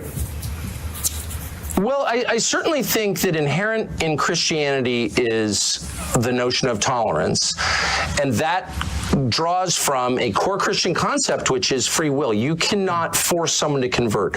There's never been conversion by the sword in Christianity. People decide to believe in it. And so that is central to the religion, therefore it's been central to the society. Western civilization is Christian civilization. And so we call that tolerance. It's a respect for your inherent God-given right to make a choice about what you believe. Okay, so of course, that's always been a feature.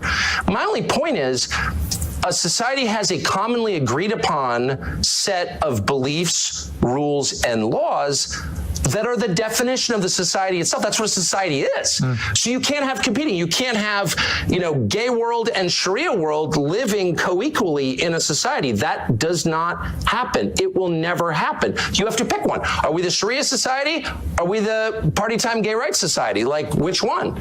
And you can't face that reality, so you're just sort of snoozing along until the inevitable point where you're going to wake up and be like, my values have no bearing on what our society is anymore, because we've been invaded by other people with a totally different worldview, and they're now in charge. And that day is coming very soon for your country, and maybe it'll improve it. I don't think the UK could be a lot worse than it already is. It's this kind of disgusting, sad, self-hating, suicidal island that was once great. It kills me to see it as a half English person, but that day is coming. It will change. You will either decide to be Western or Eastern. That's a choice that we're all going to face. I don't want to face that choice, but it's being foisted upon us by the architect. That's a choice that we're all going to face. Suicidal island that was once great. It kills me to see it as a half English. That day is coming. It will change. You will either decide to be Western or Eastern. That's a choice that we're all going to face. I don't want to face that choice, but it's being foisted upon us by the architects of mass migration. Sorry. I would question your characterization as my country as a sad, disgusting, what's the rest of it, suicidal nation. I feel none of those things. I feel very happy to be in the United Kingdom, and I feel that there are lots of very happy. Our system, the Western system, which is very distinct from the Eastern system, very distinct, and it's distinct on this one precise point, we believe and have always believed since this country was founded, since your country became, not a pure monarchy, but even when it was a pure monarchy, the belief in the West, because of Christianity, was the worst thing you can do is punish the innocent. That's the worst thing you can do. That's worse than not punishing the guilty. And we often said that to each other. We no longer say that because there is a pretty concerted effort to blur the meaning of these terms. But I'm not going to be deterred from defining words precisely. Terror is murdering people, killing people, punishing people who committed no crime.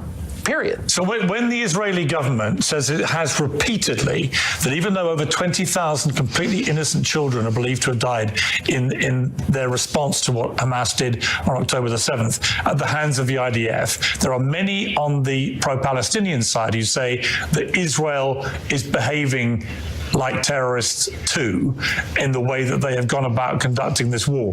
Would you go as far as to say that? One of the things that I really object to now is this relentless focus on Israel, which, by the way, is a foreign country that I have nothing to do with.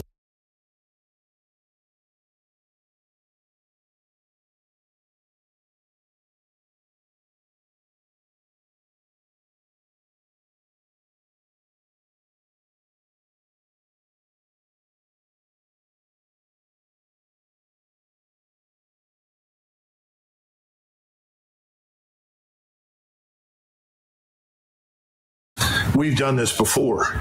Now, maybe today things are different, and we will end up living in a nation that is sharply divided and may ultimately produce something else. But I'm an American. I love my country. I want to see it stay together. I'm interested in social cohesion, which means that I think our laws, customs, and culture have to be dominant. We can accept some diversity on the edges, but not fundamental division. I think we're in a state of fundamental division. So when I bring up Sharia law, I've sat in many discussions with many people that said, well, I don't care what people look like, but I do care about Sharia law, and I don't want that practiced anywhere near my family or in my country. And that's something you should be aware of. So the notion that someone can come here and say, well, that's part of my religion and we're going to abide by Sharia law, they're going to find serious resistance and opposition in the country. And as I clarified, I It's because it matters. It's this thing we call societal cohesion. Nations do not exist on their own. They have a core population. Our core population from the very beginning was always at least 80% European and Christian and about 15 to 20% African. But when you start bringing in huge numbers, millions, who are fundamentally different from the core population, you are going to get violence, anger, and conflict. How many times have you heard people say, if you bring people in from the developing world, what do you get? The developing world. And now we've got that. You can't bring in hundreds of thousands of people from Somalia, plant them, of all places, in Minnesota, and then be shocked that, no, they're not Americans. They're not really interested in being Americans. They're foreigners living on American soil. Nobody wants to say that publicly. If you do, oh, well, you're a racist. Well, you know, the world is full of racists. The real war that's going to decide our fate is not going to be fought anywhere overseas. It's going to be fought right here inside the United States. Are we going to survive as a republic, as an English-speaking republic that rests on the foundations of Western civilization? Or are we going to become something else? One point that is Constitution was completed in 1789. I think we had 5 million people living in the 13 British colonies. We were 90% white, that is excluding the Africans that were in the country who had been brought here as slaves. But we were 90% white. We were 90% Protestant. And this may be hard for you to believe, but the people that wrote that were trying to protect all of the Protestant sects from a state church on the model of the Church of England and the Roman Catholic Church. That's one of the reasons it was almost 100 years or more after that before people began to finally accept Catholicism as a religion, because it was viewed as political power. My point to you is the Constitution is outdated. The way we are governed is outdated. It has to be re-examined. Nobody in 1789 imagined that anybody would come to the United States except another lunatic, religious fanatical Protestant who hated the Church of England. That's what people feared. That's what they thought of. The Constitution that we have does many good things, but I would argue that the Bill of Rights is ultimately more important. The Bill of Rights is vital and essential, and that needs to be defended. But the Constitution and the way we govern and the things that we're doing, it's out of date. It doesn't fit our needs. And that's back to my comment on something given has no value. You have to earn it. And we haven't made anybody earn their place in this country. I'm talking about people like me that have been here forever. My first ancestor stepped off the boat in 1681. So we've got to get back to some notion of national service, because national service promotes national integration. It addresses some of these problems that you're discussing. Now, I know that you may not want to conform and may not want to be as I am, but I'm an American and nobody questions that. Nobody ever will. If you don't want to stand out and be questioned, then I suggest that you change your appearance, because I don't think it's life or death for you to wear what you wear. I think this conversation. It's not fine, because it's leading to violence that could have otherwise been avoided. You see, every great nation, every large nation can always accept some number of people into its ranks that are different from them. It's always been the case. But if you suddenly import millions, which is what's happened here and happened in Europe, then you threaten the core gene pool. What I'm trying to tell you is there's a problem. And we can all pretend that there isn't, and you can insist there isn't, but that's the view. And I think it's incumbent upon all of us to address it truthfully and openly. Stop pretending it's not a problem. It's a problem. I mean, what's also a problem is white supremacy, and that's. No, because of you're saying you're different, you're going to remain different, And you don't think that if that's not compatible with being an American, then the hell with it. That's what you're going to do.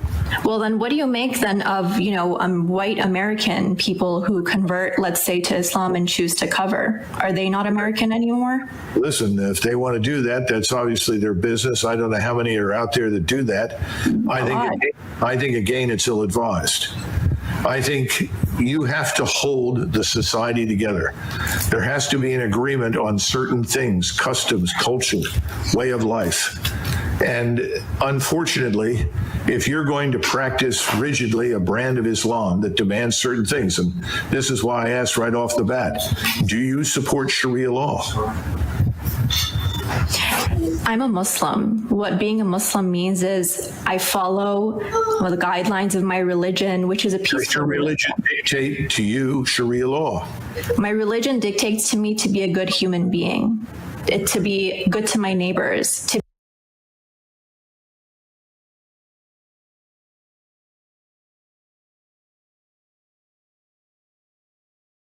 that the most powerful force in today's Republican Party is represented by what Charlie Kirk said. It is this drive to make America a white Christian nation. I got to tell you, this is what they say privately. This is now what they say publicly. This is what Charlie Kirk said publicly.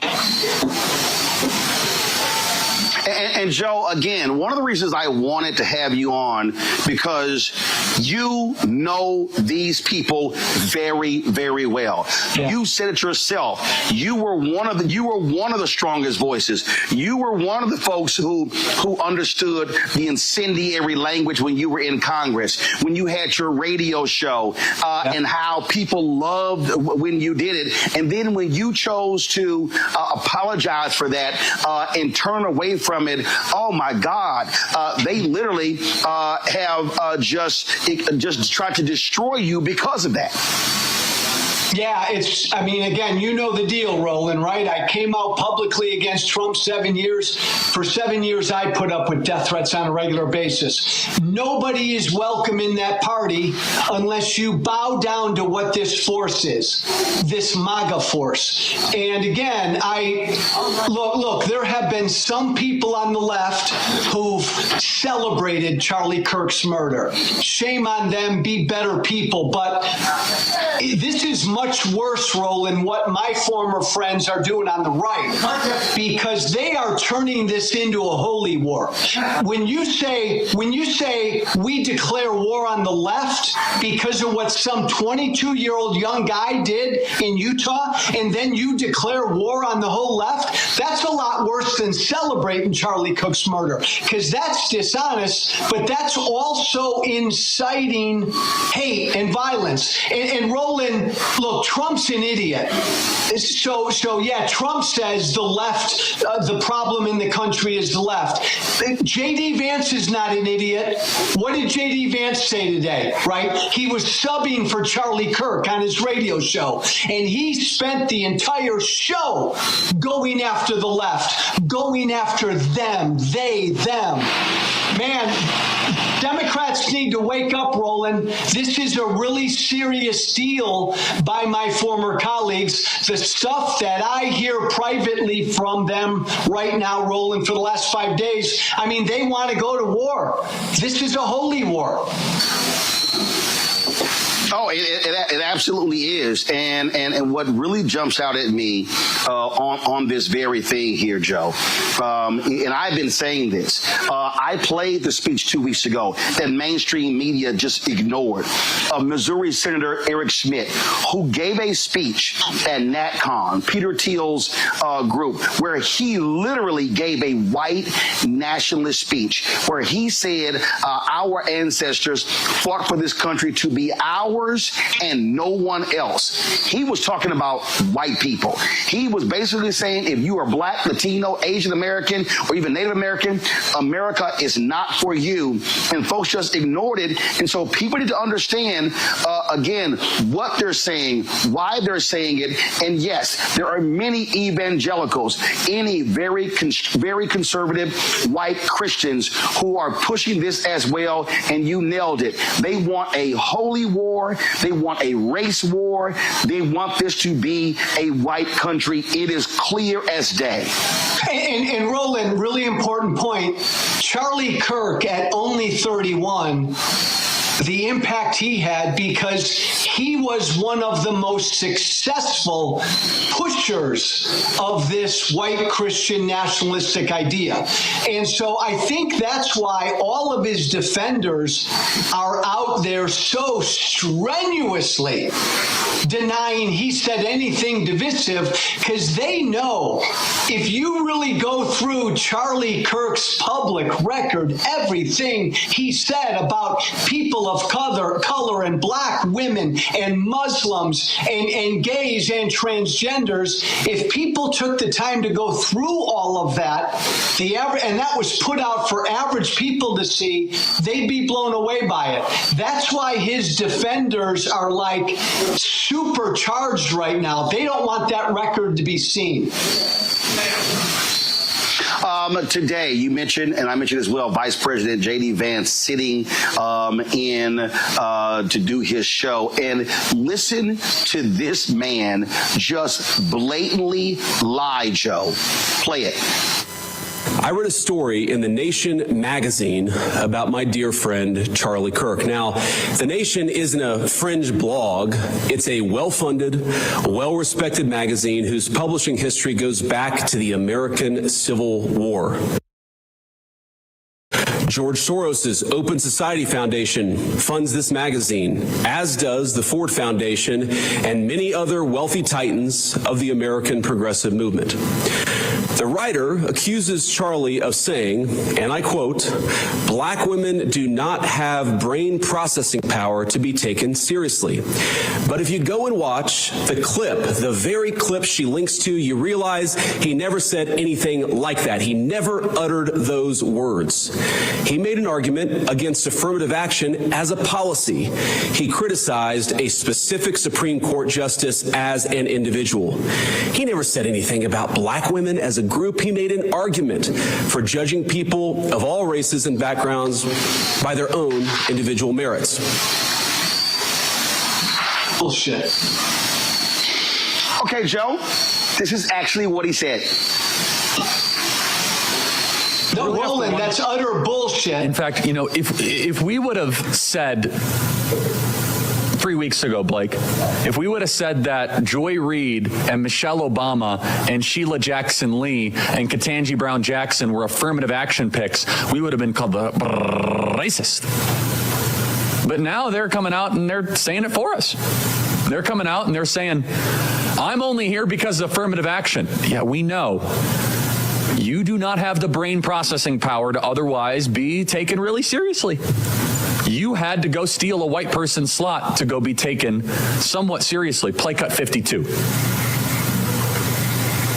But I rise today as a clear recipient of affirmative action, particularly in higher education. I may have been admitted on affirmative action, both in terms of being a woman and a woman of color. All right, Joe, he literally said it. Not only that, Vance lied. Soros does not fund the nation. So he sat there and flat out lied. And Roland, remind me, what's J.D. Vance's job?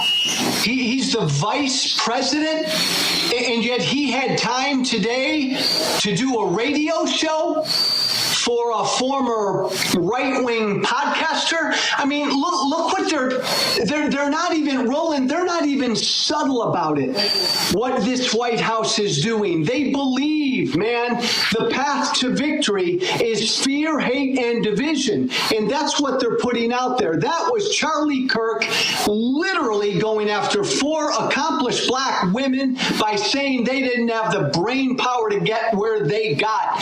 This is what he believed.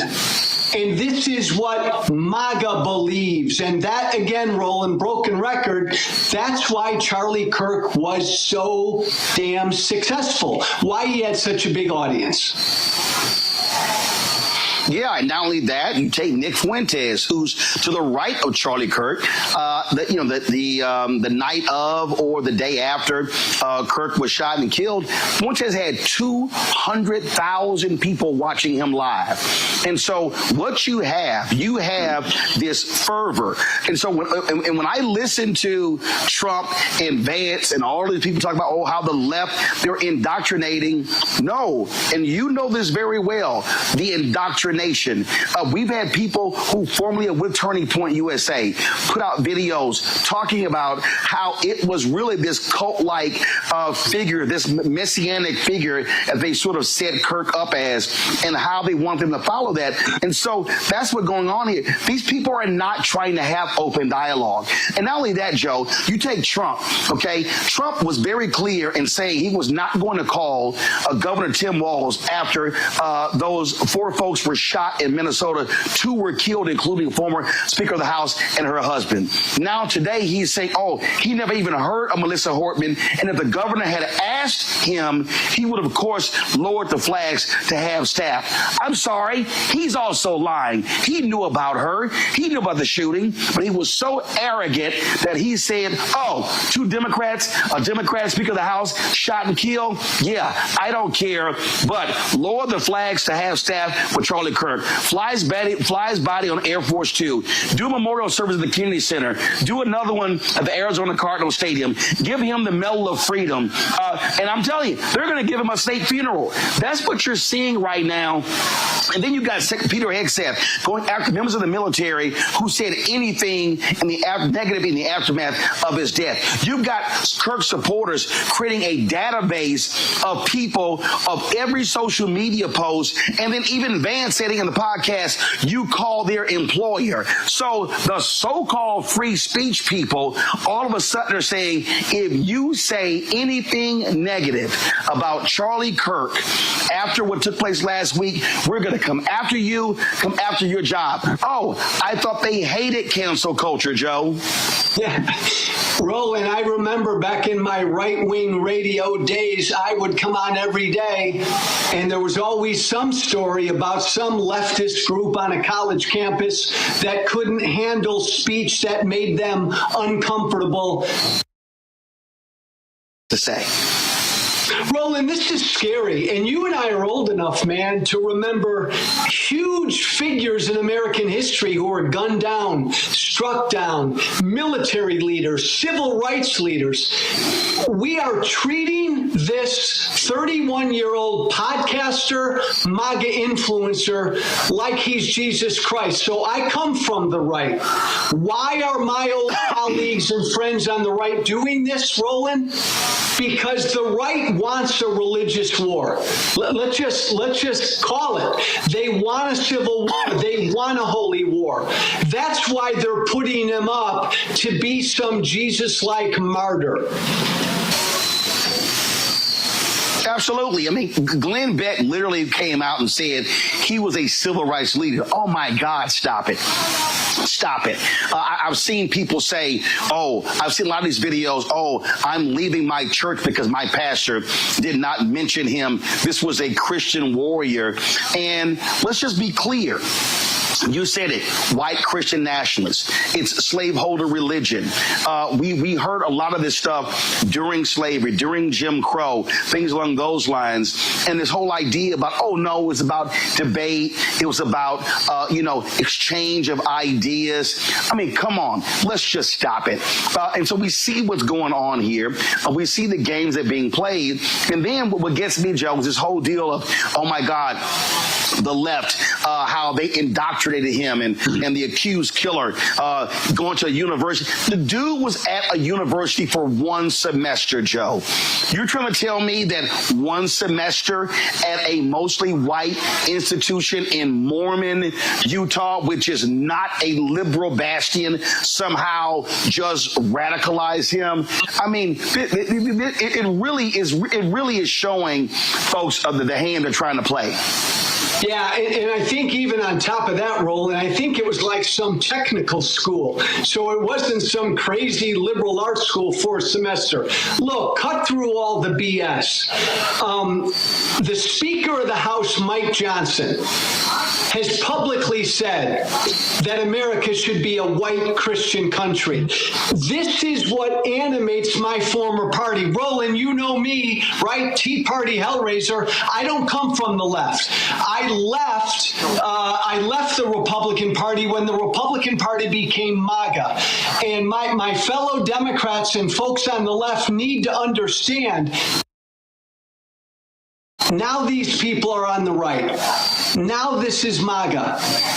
MAGA now are the snowflakes. MAGA, Roland, they now need their safe spaces. It's funny, but it's not funny. And you're right about J.D. Vance, man.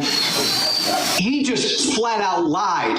I mean, the last 30-year history of political violence in this country, the vast majority of it is right-wing. It always has been. And they put out this lie that it's only on the left. It's not even, Roland, a both sides problem between the left and the right. There is political violence on the left, but the vast majority is on the right, and they know that, and they're lying because they're trying to inflame their base.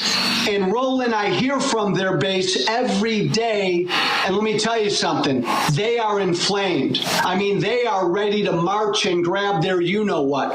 This is a scary time. It is, and folks need to understand what is certainly at stake. Joe Walsh, I appreciate you joining us on the show.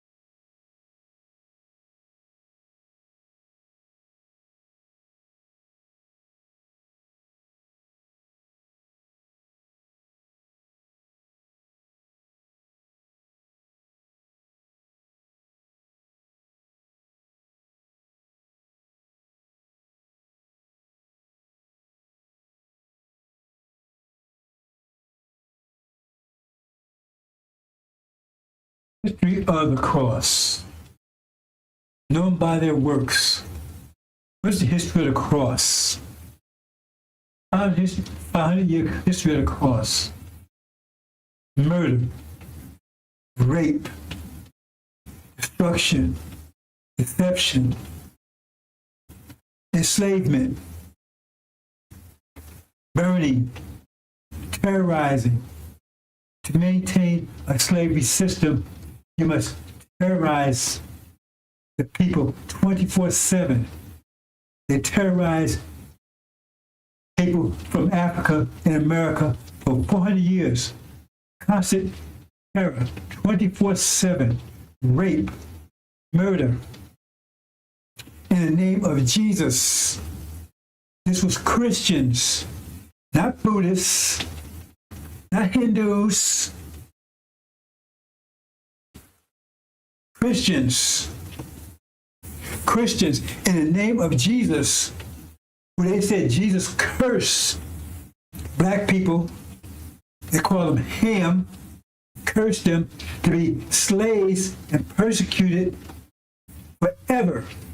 In the name of Jesus, raped our women incessantly,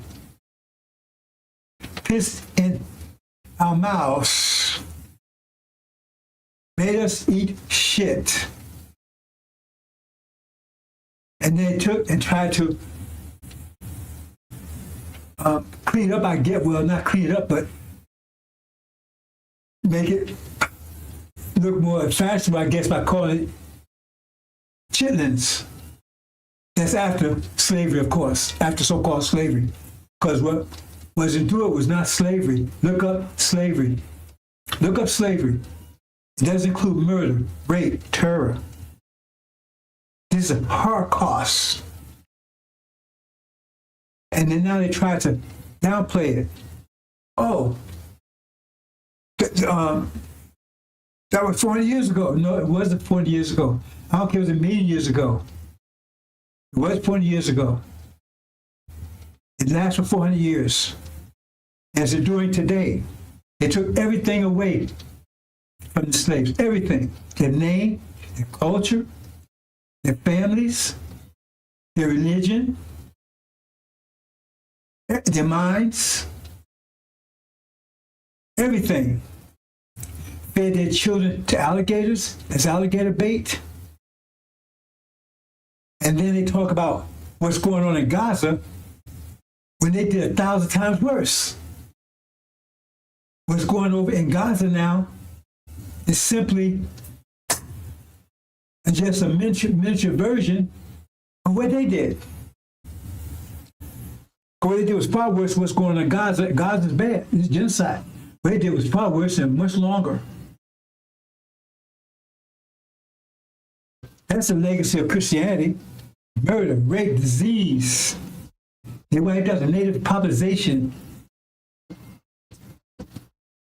with genocide and disease.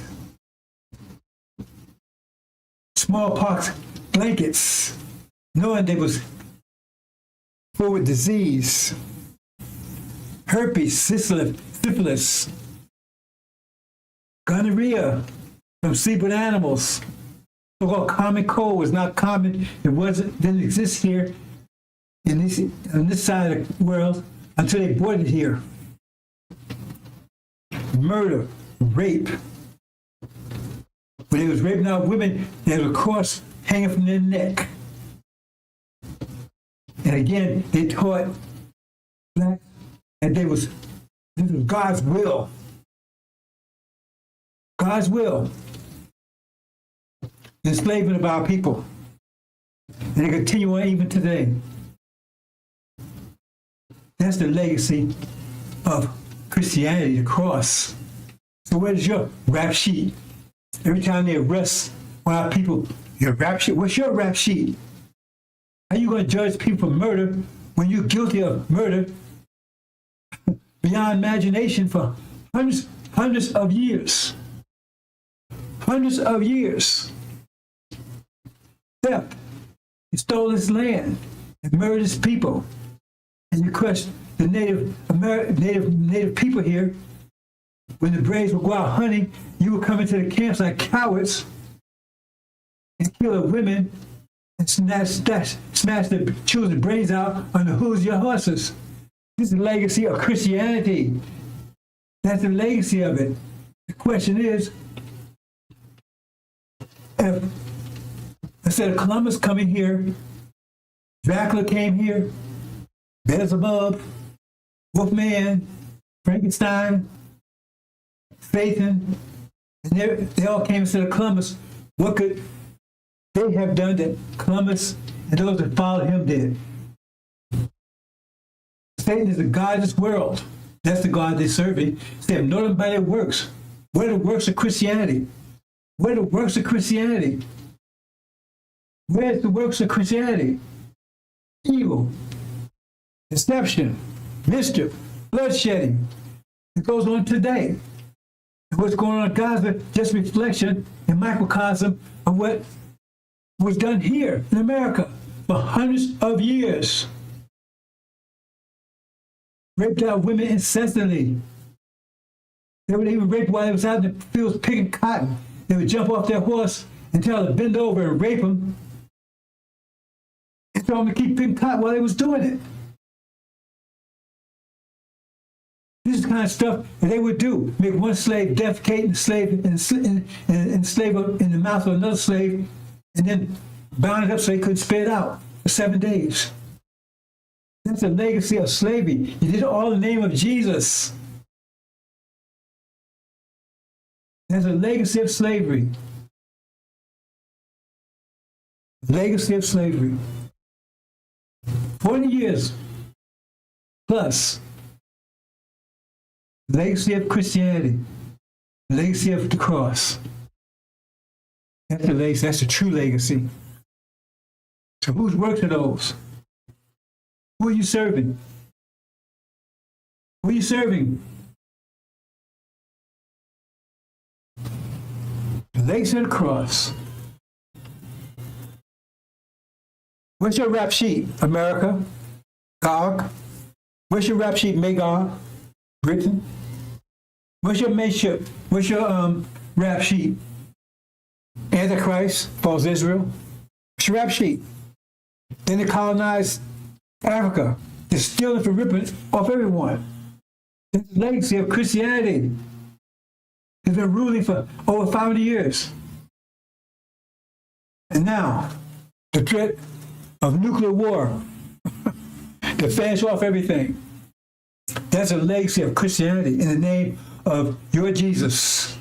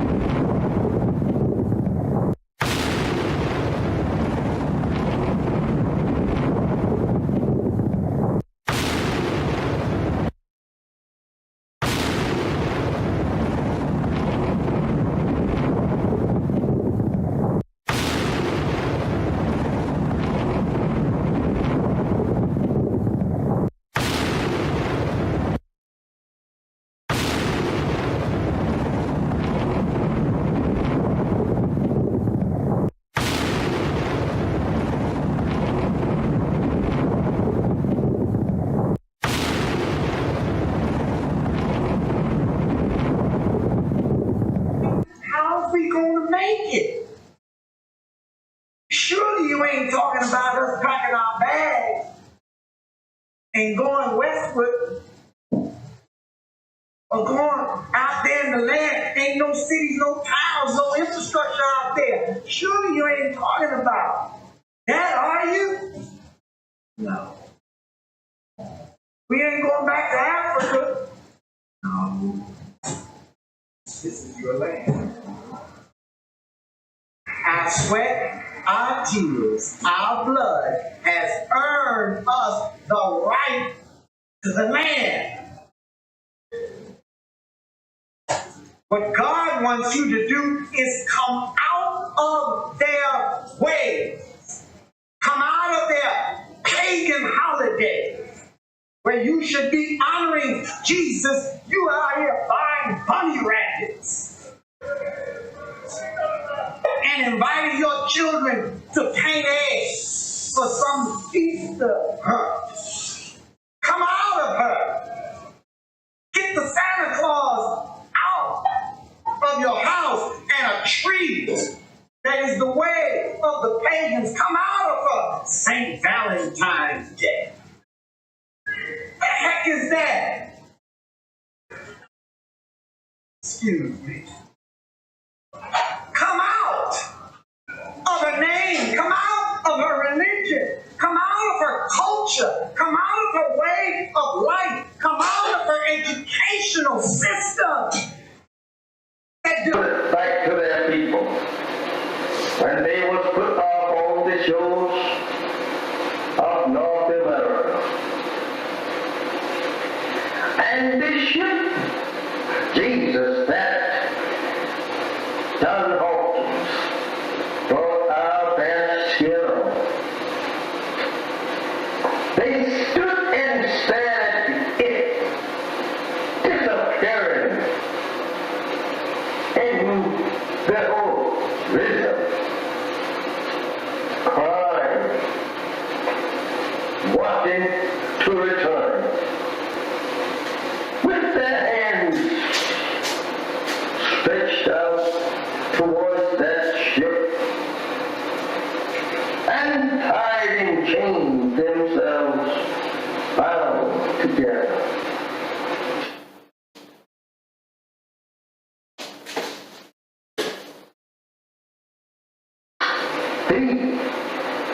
And when they was put off on this memorable shows, they stood there staring at that ship that brought them to a strange land and a strange people who could not speak either one's language. Now they have to live in a strange country and a strange people who had proven to them every mile from their native land that they were going to be the worst enemies that they ever lived with. They were going to be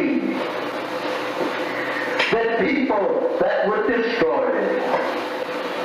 They soon discovered that on this ship that they were being brought here on.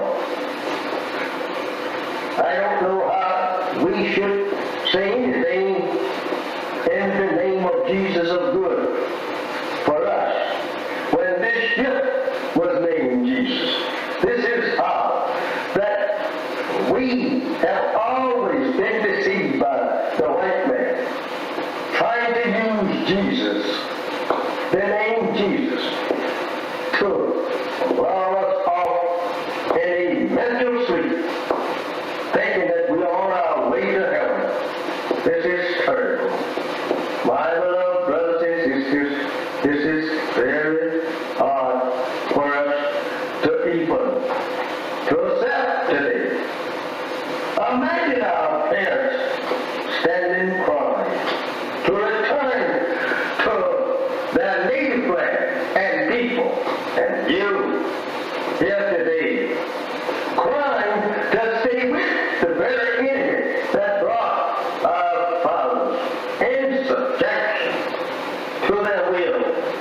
You and I, turning your face from your own native land and turning it back towards our own prison house and our own enemies who have destroyed us and seeks to further destroy us. How do you feel? How do you feel? Not wanting to return to your people. They are trying to make love with the very people that destroyed you and your parents.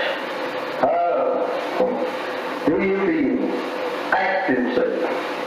And even today, they are beating and shooting you down throughout the country. There is no justice here for you and me. Why should not you want to be separated and be returned to your own? I ask you that question. Think over your parents on the eastern shore of North America, crying and praying to God to be returned to their own 400 years ago. How would they like, or you like to see them rise up in the judgment, condemning you for being such fools as now want to live in the land that absolutely enslaved them and 300 long years here. They would condemn you as being fools for not wanting to be separated and go to your arm, build up a nation for yourself after the white man say you were free. Remember that.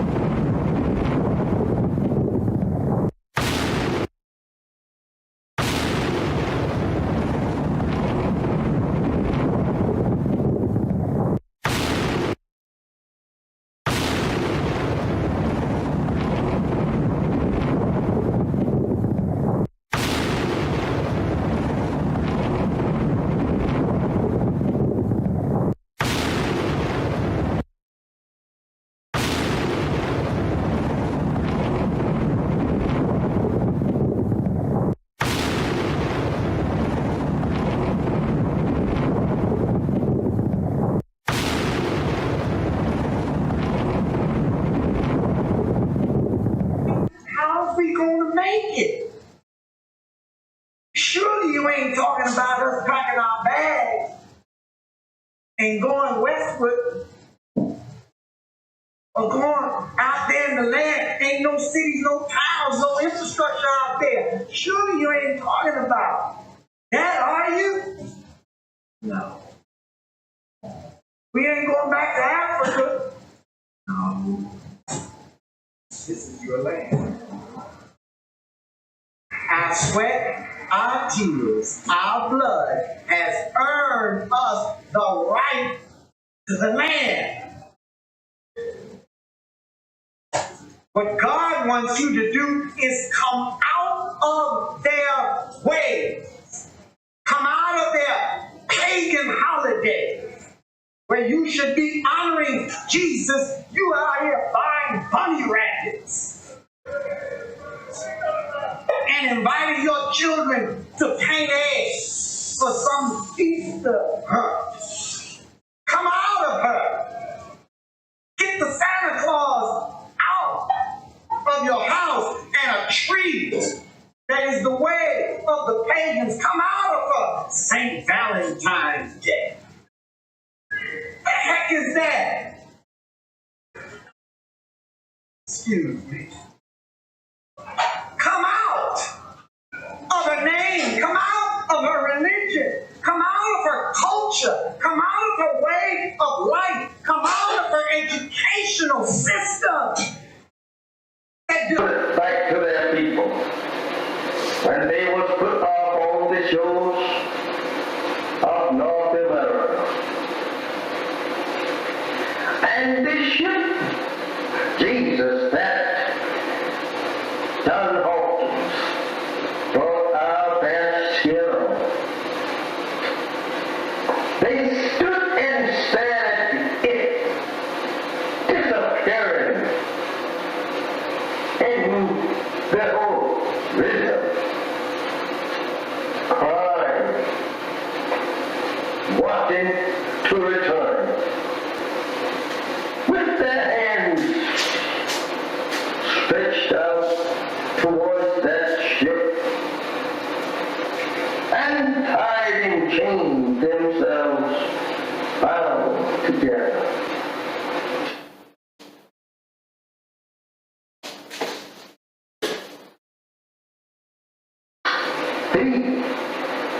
And when they was put off on this memorable shows, they stood there staring at that ship that brought them to a strange land and a strange people who could not speak either one's language. Now they have to live in a strange country and a strange people who had proven to them every mile from their native land that they were going to be the worst enemies that they ever lived with. They were going to be the people that would destroy them. They soon discovered that on this ship that they were being brought here on. I don't know how we should say anything in the name of Jesus of good for us when this ship was named Jesus. This is how that we have always been deceived by the white man, trying to use Jesus, the name Jesus, to lull us off in a mental sleep, thinking that we are on our way to heaven. This is terrible. My beloved brothers and sisters, this is very hard for us to even to accept today. Imagine our parents standing crying to return to their native land and people, and you here today crying to stay with the very enemy that brought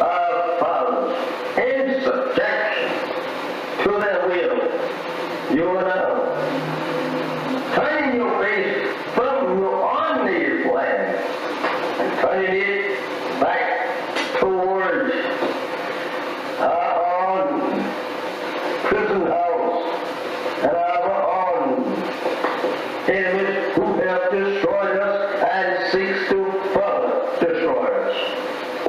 How do you feel? How do you feel? Not wanting to return to your people. They are trying to make love with the very people that destroyed you and your parents. How do you feel?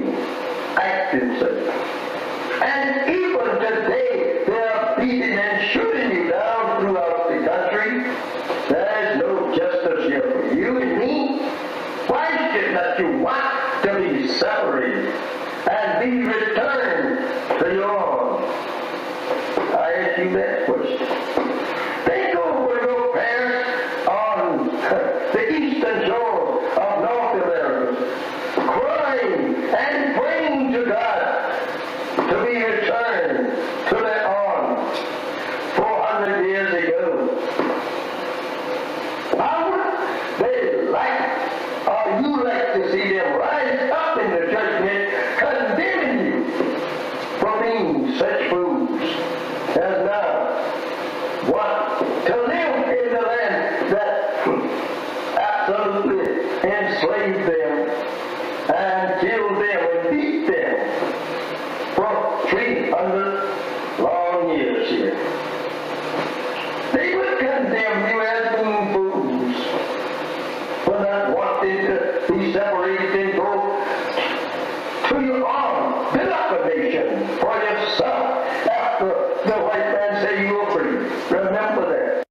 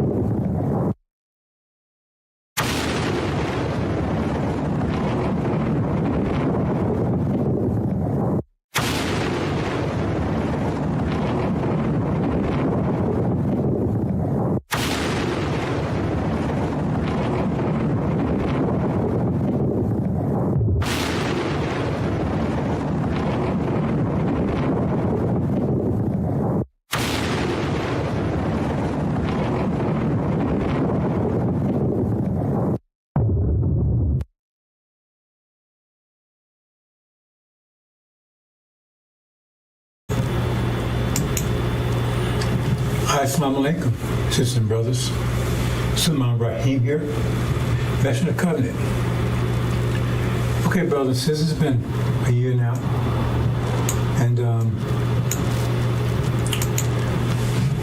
we're finally home after 40 years in Arabia. I'm reporting to you from Arabia. Finally home after 40 years, right? And so we've been here a year now. when there was an agreement made, a former slave master, he said, we had a choice. Stay here or leave. Right? So we chose our inheritance, Arabia. So we left. And half the original people decided they wanted to give up their inheritance and traded for a place in America in reconciliation with their former slave master. That's their choice. They chose, said, we don't want to go over to Arabia. We don't go over there with sand and all that stuff. We want to stay here in America. We've been here all our lives, been here 40 years, born here, right? And we can make peace with our slave master. Okay, so they decided to stay. And so after a year, right, we get reports of how things are going over there. And it doesn't sound too good. How things are going over in America with their reparations. Because they was given, they got 6 states, I believe.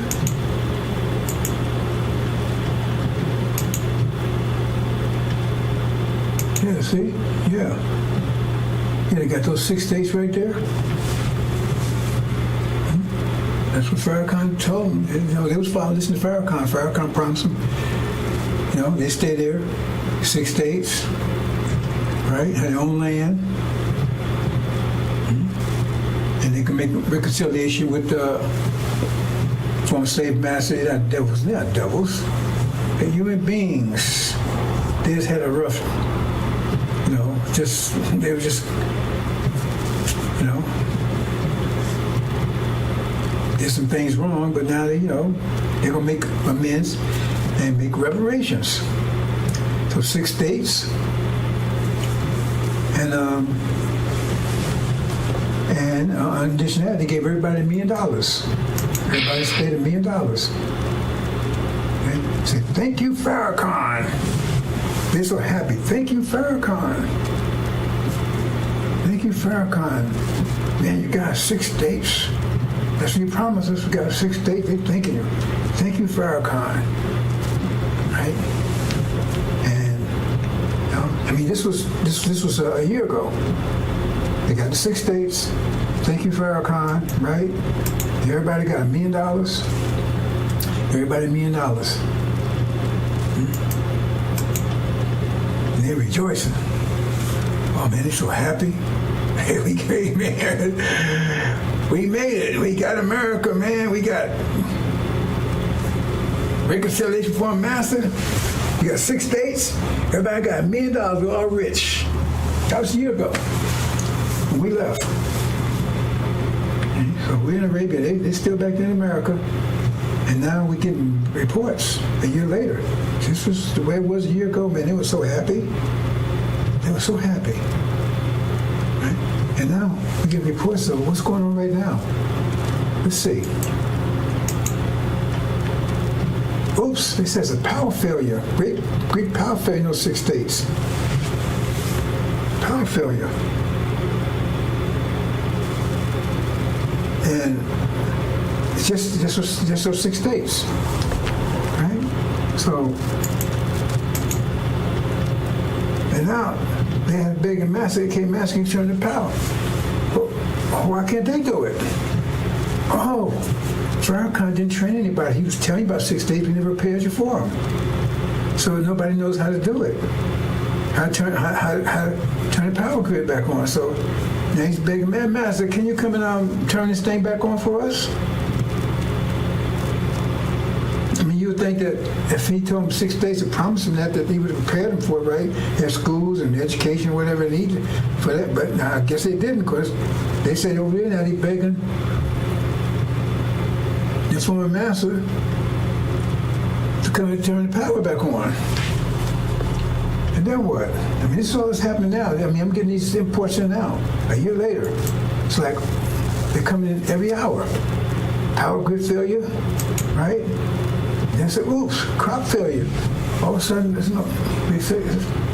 looked at the farmers, wasn't they doing it? Farmers said, oh. So then, master, what's happening here? How come right? Our crop. They found that the land they gave them wasn't that fertile. A year later, nothing's growing. Crop failure. And now master, what's happening here? Right? And then, all these things, every hour that's coming in, right? And then they look, and they had, a year ago, they had plenty of food on the shelves, right? And now, they look there now, and all the food's gone. It's gone. And she said, what am I going to do here? Food's gone. The house is empty. So he said, Master, we need some food. Well, how come you can't produce your own food? You want your own country. You got your own states. That's your country. Then you run it. What are you calling us for? Right? So they're praying. And then, oops, no fuel. There's Master, no fuel there. Well, you got to buy your fuel. You got to produce your own fuel. What you calling us for? You got your own 6 states now. What you calling us for? Go and get some fuel. You got money, right? You got your own states. So you got to get your own. What you calling us for? You said you wanted your own, so now you got it. And you got your reparation, so we don't owe you anything anymore. We don't owe you anything anymore, so what you calling us for? We don't owe you anything. You said you agreed to 6 states and $1 million per person. You took that instead of your inheritance, what you call the Abrahamic covenant, Arabia. Your brothers and sisters, they left. They took that was offered to them. They took it, and you said no. I want this instead. So now you got it. So what you calling us for? Oh, no communications. Oh man. No communications, right?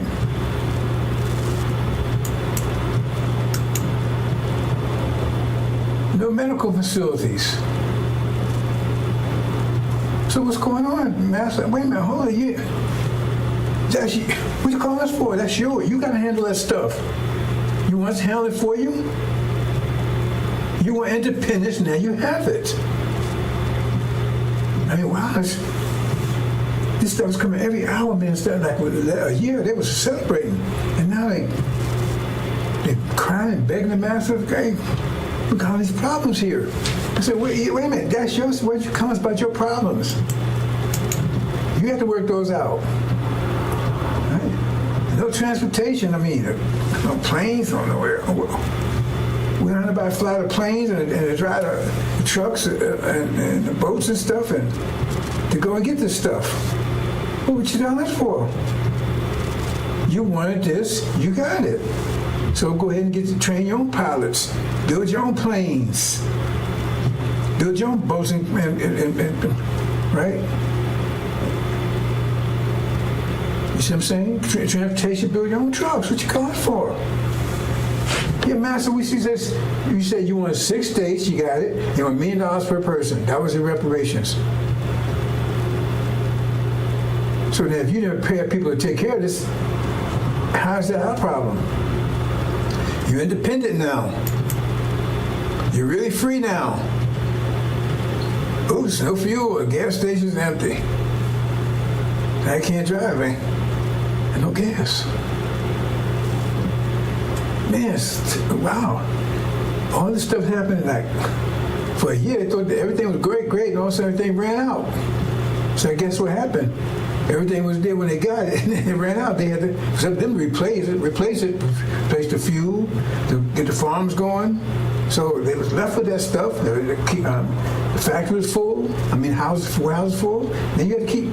They thought that was just going. I guess they thought it was just going to be there, just by itself. They didn't prepare for it.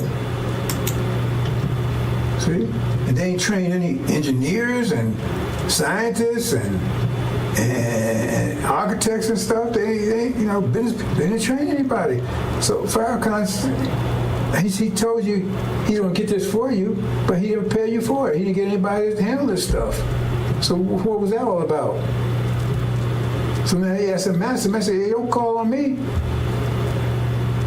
You was here, you had it when you was here with me. You said you want independence, you wanted reparations, so you gave it to you. Well, call on your brothers over there. They left, they handled their own business. You said you want to stay here, right? See?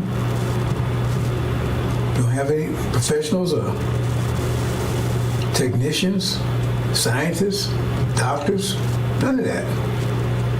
See? I mean, that's what, because, if you're going to set reparation, you should be preparing for that, right? So if he was telling you about reparation, you should be preparing for it. If he said, God said that's where he's going to get you, so if God told him he's going to get that for you, then he should, like when God told Noah there was a flood coming, to only build an ark, so he started building an ark. And so you should start preparing for the 6 states and the reparations, but apparently you didn't. And so now, he tells you, look, hold it. We want total separation. Look, we don't want you to call us no more. We don't want you to call us no more. Because you're wearing us. You want your own country. You got your own land. Right? You got money, $1 million, all this stuff, right? And so now we got to protect your money and everything too? No, you have to create your own money. You have to do all these things, your own wealth, not ours. Right? So we're going to cut you off from that too. That's all economics. So they go and tell all the people all the white folks, right? All the black folks, and all the black folks is either in Arabia or in those 6 states. That's the solution. You had to be one way or the other. There couldn't be no integration, that kind of stuff. That's the deal. You just said one or the other. So all the black folks are there, ain't no integration, that kind of stuff, right? Black folks are there, one or the other, so they're there. So he said, okay, right? So they just say, we're going to take our money because we don't know what y'all doing over there. You have your own money, you have your own wealth. So what they do is they tell all the white folks, say, protect your money, right? Transfer your money into gold. Just all your dollars into gold. Right? Now remember, they gave everybody $1 million apiece. So everybody got $1 million apiece, right? And so they transfer it to gold. And then what happens is that what they do is they start just printing money. White folks just start printing money. You understand what that means? That's inflation. Right? Because if you got $1 million of gold, a million ounces of gold, I say a million ounces of gold, understand this, and you got 1 million certificates, then you say each certificate is worth 1 ounce. If you got 1 million ounces, each certificate is worth 1 ounce. Understand that? If you got 1 million ounces of gold and you got 1 million certificates, each one of those certificates is worth 1 million. If you want to say trade with the certificates, each one of the certificates is worth 1 ounce of gold. Right? But if you take and print, you say you got 1 million ounces of gold and you got 1 million certificates. Each one, but say you print twice as many certificates, you got 2 million. Well, then each certificate is only worth 50 cents now, because you got to connect that to the gold. Well, you print 4 times, then each one is worth a quarter. So the more you print, the less they worth, because those certificates has to equal what the gold is. You understand? So the more you print money, the less, right? The less they're worth. So if you print twice as much money, right, there's less gold. You understand? So $1 is worth 1 ounce of gold, which that's right. Then if you print double that amount of dollars, then each one's worth half an ounce. You understand? That's what printing money without increasing their wealth does. That's inflation. So what happens is they keep printing. They get down to where $100 is worth a penny. But see, that doesn't affect their people. They try to protect their money because they transfer their money to gold. So gold still has its value. It's just the dollars don't. It still got the same amount of gold. But the dollars, they get down to a penny. So you can't buy it. You had $1 million, now your $1 million worth of $5. That's what all this worth. $1 million. Hardly worth anything. Hey, that's our money. You got to have your own money. You control your own wealth. You can't keep coming at us what you're doing. And you think they wouldn't do that? Yeah, you been a Gaza lately? You see what happened to the trees they made with the so-called natives? Kept telling me you had a forked tongue because they kept making trees with them, then they broke the trees. And took their land and genocide and everything else. But no, they wouldn't do that to you. See? Because now you have, your money's worth nothing. They haven't lost anything. Because once that money's worthless, it's no good, right? Then you bury it up, throw it away. It's worth nothing. The people still got gold, and even if they take it, hold on the money, hope it increase again, they just use another different certificate, use another form of money. So it's still worth nothing. That $1 million you had, you was so happy with it now, it's probably worth maybe $1. So you can't buy anything $1. Plus the economy's collapse because everything is failing, and you don't know how to repair it. You don't know how to build communications. You don't know how to do any of this stuff. You're not an engineer, build a house. You don't know how to do anything because Farrakhan didn't. Right? He didn't prepare you. He told you he'll give you 6 days. He told you, listen to me, right? So now you're broke, and your economy is gone. You have no food, no electricity, no power, anything. All right? It's not their fault. They gave you what you asked for. You still had your inheritance for that. And then they closed the border. Because you want to try to get back into America now. We want to come back in, Master. No, we don't want you back in here. We sorry, we want to come in. No. That's what you chose. You stay there. They closed the border, so you can't get back in here. You can't get back in America, into what you can call your land now? Swaziland or something? Farrakhan. Maybe call it travel land. Farrakhan. They met the Farrakhan, right? So they closed the borders. You can't. Because now you're hungry and everything else. Your money's worthless. Oh God, come back, Master. I'll come back work for you. I work for Popeyes. I do anything you want. No, we don't.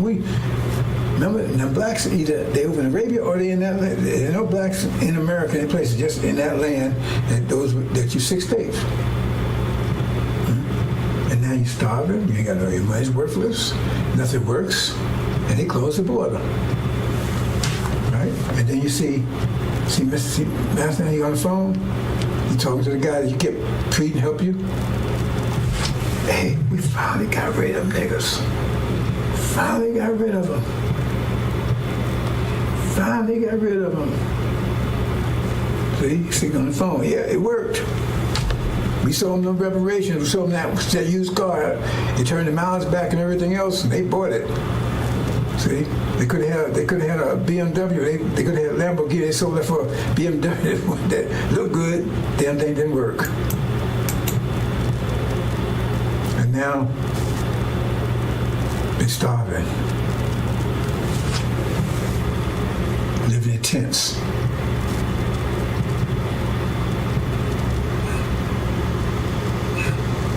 Praying.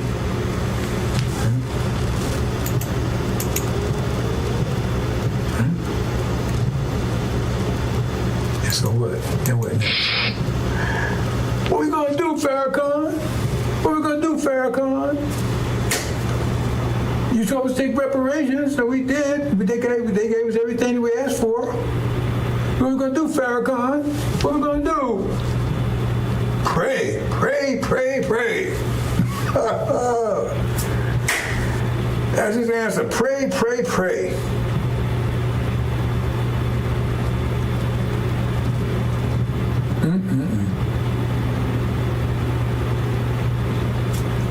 That's your reparations. Like Elijah Muhammad said, he had a big picture. We leaving and blacks staying on the shore, the ones stay behind, and devils whooping their ass. Right? Because they all thought you think they want to give you some land and take care of you? You think they want to do that?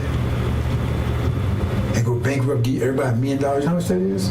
If it's 17 million, that's 17 million times 17 million times a million is like $17 trillion, I think, something like that there. And they're gonna do all that for you. They want to get rid of you. So now they have succeeded. Because they closed the border, and what you gonna do? You gonna fight to come out? They closed the border. They got the military around there. They finally got rid of you. No more black problem, no more Negro problem anymore. One group's out of here, another group that's here. They're gone, and our hands are clean. We gave them what they wanted. Well, anything. Okay. God honors contracts. Remember, he honored the contract with Jacob. Esau sold his birthright for a bowl of soup to Jacob. It was Esau's inheritance, and God honored it. Okay, Jacob, it's yours. You're the one. And that's the deal. Because he ain't your friend. Farrakhan ain't your friend. Pray, pray, pray. That's the answer. And this homeland you was promised, you rejected it. So now you got what you asked for. Okay. So if they gave you reparations today or tomorrow, how would that scenario not play out like that? Well, they say, okay, we got it, you got it. Tell me how the scenario wouldn't play out like that. And tell me why they wouldn't do it. They love you so much, they're going to say, okay, we're going to take care of them. I mean, why should they go out their way to take care of you when you was right here? You was working at Popeyes and then they get up on Section 8, all that stuff right here, because you know they're trying to get rid of that stuff right now. Trump's trying to get all that stuff right now. Because they're closing on you don't realize it. Anyway, that's just, that's what's happening over in America. Wow. Boys, come here. It's a disaster over there. And, oh, I just got a call. Oh, wait, hold on. Really? You serious? Our ambassador just got a call from I don't know what they call it Conland or something. I forgot what it's something they call it right there. That 6th day. They begged us to come and help. Can they come over here? Can we come and get them? Really? Can we come and get them and bring them? Oh no.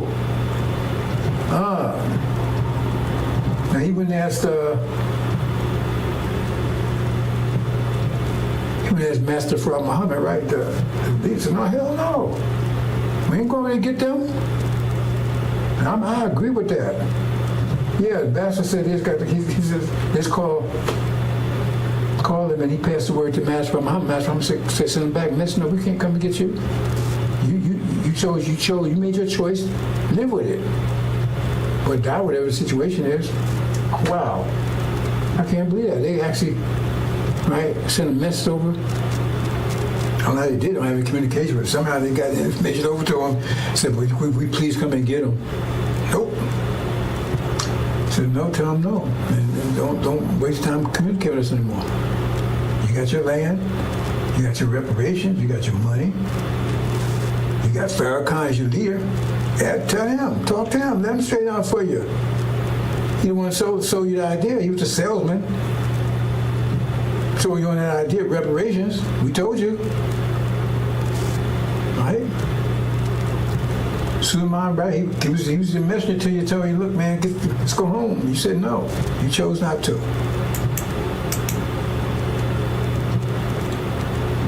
Okay, well, since that's a sad story. But I guess that's it. Is that it? Oh, so they might get any more reports on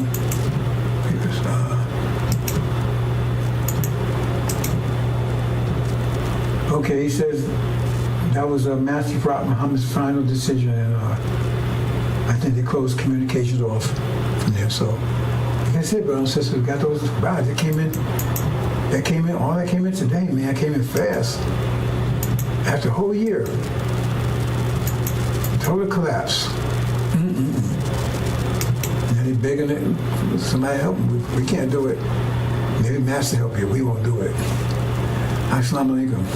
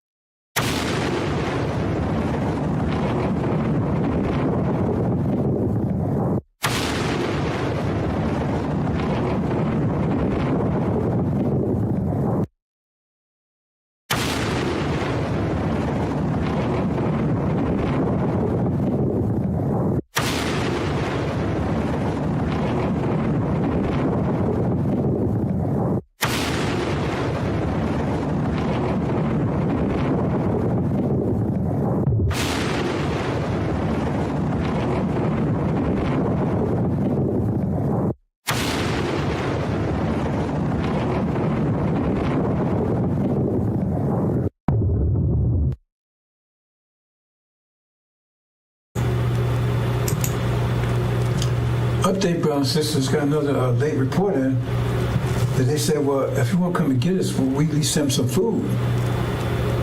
They begged, said, please send some food. Master Muhammad said, we got to send them a damn thing, nothing, zero. He said, please just send some food. No, I just got that in. He says, if you can't come and get us, please send some food. He says, no. He refused. I said, boy, I just got the information from the ambassador. He said, they sent that. He's read to me. He says, no. He said, please, just please send us some food. He said, no, no way. You made your choice. Case closed. Okay. Just got that in, brothers and sisters. Assalamu alaikum.